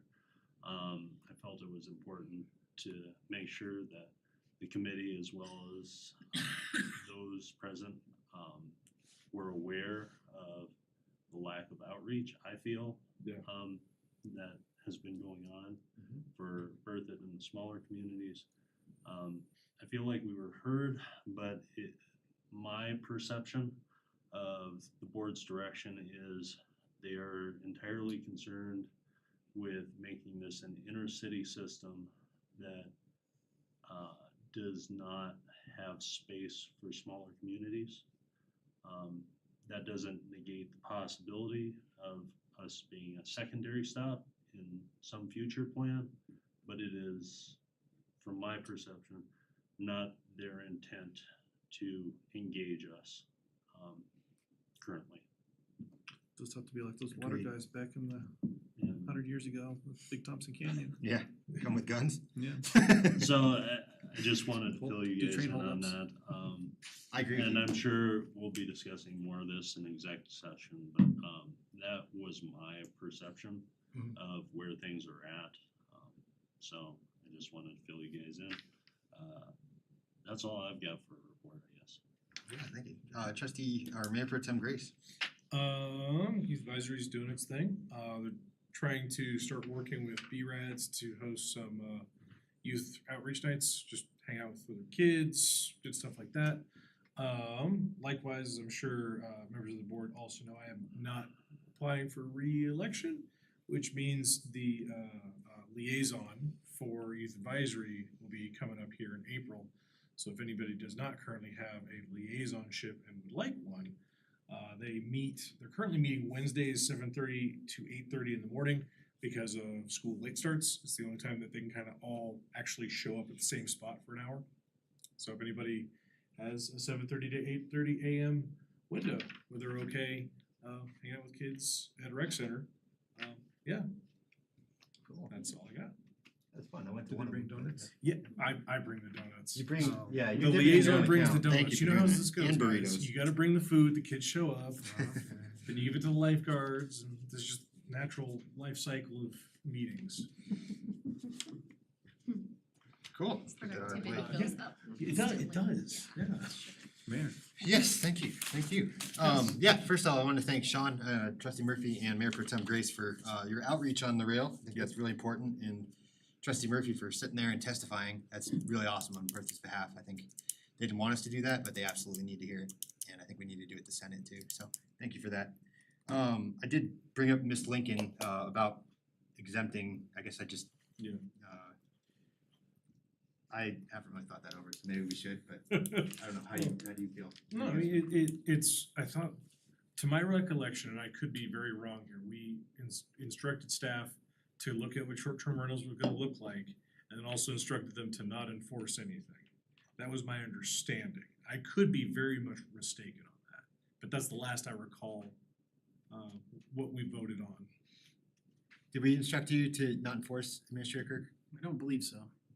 That was certainly not our takeaway. Okay. Oh, it was containers, okay. Oh, yeah, it was containers.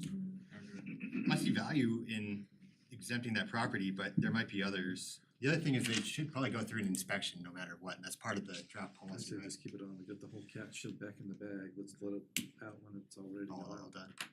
I mean, for as much as I'd like to try and make exceptions, then we have to start, we're just gonna get others. That would be Yeah.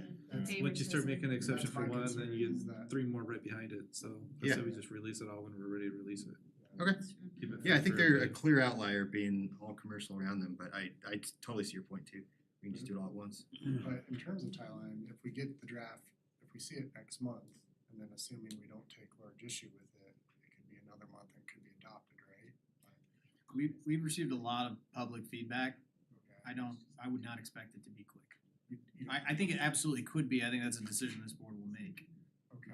But there's a lot of very interested people on both sides of the issue, and as you know, that means that it's difficult to kind of solve everyone's concerns.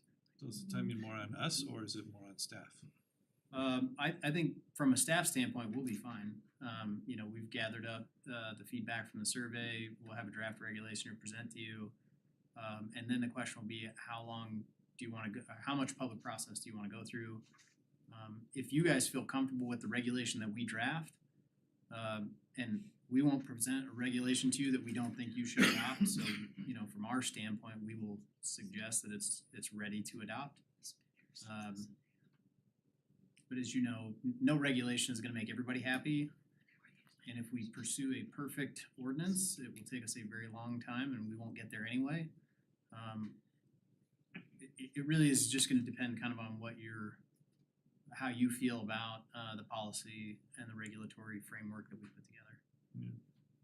And then, you know, other folks will have comments about that and, you know, you'll obviously listen and take their comments and concerns into consideration as you go through and approve or not that draft regulation. You'll give us direction about what to change and what not to change, and you know, it's just that push-pull, those processes just take time.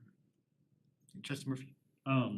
Just to add to that, would it be helpful for us to hold special sessions to advance this faster? Because I would certainly entertain that if the board. I mean, Administrator Kirk, you brought up the expedition of this at the last study session too.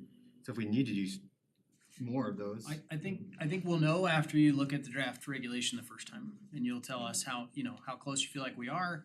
And maybe all the folks that have a whole bunch of concerns about what this is gonna turn into, will see that and feel much more comfortable about it, and then there won't be a lot of pushback or you know, requested changes or any of that stuff, so No, my feeling is that we wanna get something based for the town itself. Those that are living in these metro districts where the problem seemed to arose to the highest, they can go to their metro districts and ask them to put even further restrictions on top of ours. that is couldn't true. they? They'd have to do it in their covenants, I think. Yeah, Yeah, that it's not a metro district issue, it'd be a covenant issue. no, what? A covenant issue, Oh, covenant. a HOA, private contract among residents Okay. issue. But if those Metro residences wanted districts don't have more, land use authority. okay. Yeah. Cause I thought if they wanted something more strict than what we come up with, that could be taken care of on a neighborhood level, but Through their covenants process. To their HOA covenants. Is it theoretically even a good idea to possibly break this apart into like maybe 2 or 3 sections? Short-term rental is like, you know, obvious, it's kind of zoned, you know, kind of like Mountain Avenue. You know, that zoning where it has multiple functions, you know, that zone, we could pass part of it, and then as zones get more complicated and feedback starts coming in accordingly, would that be a useful way to kind of move the ball on this? more readily? Or is that just making the problem 3 smaller to medium problems instead of one big problem? I think both of those approaches have some pros and cons. There may be some areas like, in commercially zoned districts that allow for residential land uses where the board may say, hey, look, this is a higher intensity land use zoning anyway, and, you could build a hotel, there's no reason not to allow short-term rentals under the right conditions. Maybe you wanna prioritize that as an approval for that specific zoning district. Or maybe, similar zoning districts, and maybe the last one to tackle might be single-family residential zoning, and how does that work? I'm not sure, we'd have to think through that a little bit, maybe. I say we wait till we see the policy, and then we could probably add that in there Yeah. to define. Cause there's really two components of this, there's kind of the regulatory and permitting process, and then there's the zoning issue. The primary issue that we have today is that is not allowed in our zoning districts at all. So we have to choose in what zoning districts should short-term rentals be allowed. That's step one. And then step two is, how are we going to regulate and permit these? If they are allowed. And so those two things go hand in hand. But you could choose to say, we're only going to permit these in certain zones today where we believe they're appropriate, where they add to the character and the value to the community. And then here's how we're gonna deal with those, and maybe we won't allow them at all in R1 zones. I don't know, I think that's something you guys could consider. Or maybe they're only a conditional use permit in an R1 zone. And maybe they're, a use by right in other zones. Those are things I think we'll have to kind of talk through as you consider it. But again, what we're gonna try to do is bring you what we believe is kind of a complete framework that we think works from the staff standpoint, and then obviously we do that all the time, and then we get feedback from you, the community provides feedback, we make adjustments. And we can, as we go through that process, we can look at ways to expedite it, to the extent that's the desire of the board. But yeah, I think there's 1,000 ways to skin that cat. So I think, we kind of what Trustee Hardy said was, wait to see the original draft, and then depending on what it looks like, we can, if it looks pretty good for the ones we know for sure it's, commercial, that's one thing, but we don't Approve even it have in that yet. stages. Okay. Maybe approve it in That's our best stages. bet. Yeah, kinda like oil and gas rights. Yeah, tranches. Or I'm down for more study sessions too. Yeah. I personally, I'd like to Especially with see pizza. this full policy and drafted before we break it out, cause I think it's gonna help create that overall scope and not pick favorites of who's getting approved or put through fastest. We just don't, it impacts everybody that has a vested interest, so we wanna make sure everyone's getting addressed in this issue, but I think this is one of the most expedited regulation process I've seen, and I think our community is, as hard as it must be for them to stop a service and then wait for us to figure it out, we're trying to do it to serve them best, so that they can operate and not have any hiccups and know what the expectations are, and we can support them. So really, the more we try to do a good job now, and we are doing it quickly, March is fast turnaround, fastest I've ever seen. I think just trying to encourage our citizens to come alongside us and support us as we do that is gonna help us all get there faster. We're getting there. Good point. Who knows, maybe the draft will have it in stages already. Well, I just had points. right on questions for your executive reports.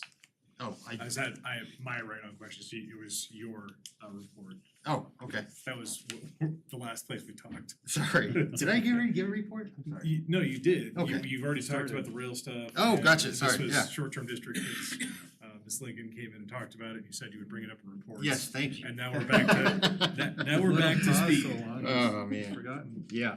Stenographer, will you Everything get else has back? been really addressed. Lynn's survey with pools, that seemed to be a lot that I heard, and then the time frame for the outdoor pool. So it sounds like that'll be coming to us in the next meeting, or the Richardson plan. No MPO update. I was at the town party, so thank you for that. That was great. Really fun that you guys put that on. So I guess I have no reports. Thank you. Staff. Just one thing for me tonight, I don't know if Mayor Pro Tem Grace saw, but there is a new signal on the pole at 287 When? Brooklyn Parkway. It got installed yesterday. That's why I haven't seen it yet. So Finally. thank you for saving bringing it the up. day. It took us a little while to figure out the right person to talk to, and amazingly, once we did, it only took 2 weeks from the time we got to the right person to having one installed. We just Save had to that guy's navigate the number. Yeah. bureaucracy. So anyway, yeah, Chip him in the neck. we've got a good new contact, and anyway, so. Thank you, 14 Mayor Pro months. Tem Grace, for continuing to keep the pressure on. We could have had a baby giraffe in 14 months, but instead we got a turn signal, and that's That's right. just as important. Oh, is that what it is? The turn signal? Yeah, no, when you're looking at a street light, there should be an off to the side, so you don't have to look over the top of semis, you can look to the side. Yeah. They didn't have those installed. Ah, So when you're okay. going to turn south on Berthoud Parkway and the sun is setting Yeah. in like the summer and you get like sunburns in your retinas Right. because there's no other way to look at it, that's a way to not get sunburn Nice, in your okay. eyes. And they finally put that in. All right. Ah, Real district improvements and now, Yeah. real improvements and now CDOT I improvements. know, This is we're where getting, you rock. we're getting fiber eventually, man, it's just. There you go, see? quantum fiber, maybe that's what I need. Don't give up on the baby giraffe. Love it. Super fast, 50 bucks. The dream was. Anything else? And I have nothing else. Nothing, okay. With nothing else, this will kind of conclude informally our regular board meeting. For the audience, we're gonna move off to executive session. We can take like a 5-minute break in the meantime here. Would anyone, any of the trustees like to move us into executive session? Could you read the wording? I move to enter into executive session pursuant to Colorado Revised Statutes 24-6-402-4EI to determine positions relative to matters that may be subject to negotiation, developing a strategy for negotiations, and instructing negotiators into conference with the town attorney and for the purpose of receiving legal advice on specific legal questions under CRS section 24-6-4024B. And the following provided for informational purposes, North I-25 commuter rail. Thank you. Is there a second? All right, Mayor Pro Tem Grace has moved on the executive session. Trustee Hardy. I second it. I know, man. I'm fading. Is there any final discussion on this? It's only 8:40. Clerk, may we have a roll call vote, please? Trustee Albrecht, Yes. trustee Murphy, Yes. trustee Ayers, Yes. trustee Kurtz, Yes. Mayor Pro Tem Grace, Yes. trustee Hardy, Yes. Mayor Kurzbach. Yes, all right. Thank you, everyone. Take a 5-minute break and then we'll go back. Thanks for all the deputies and sheriff's officers for coming out tonight. Appreciate it. Thank you.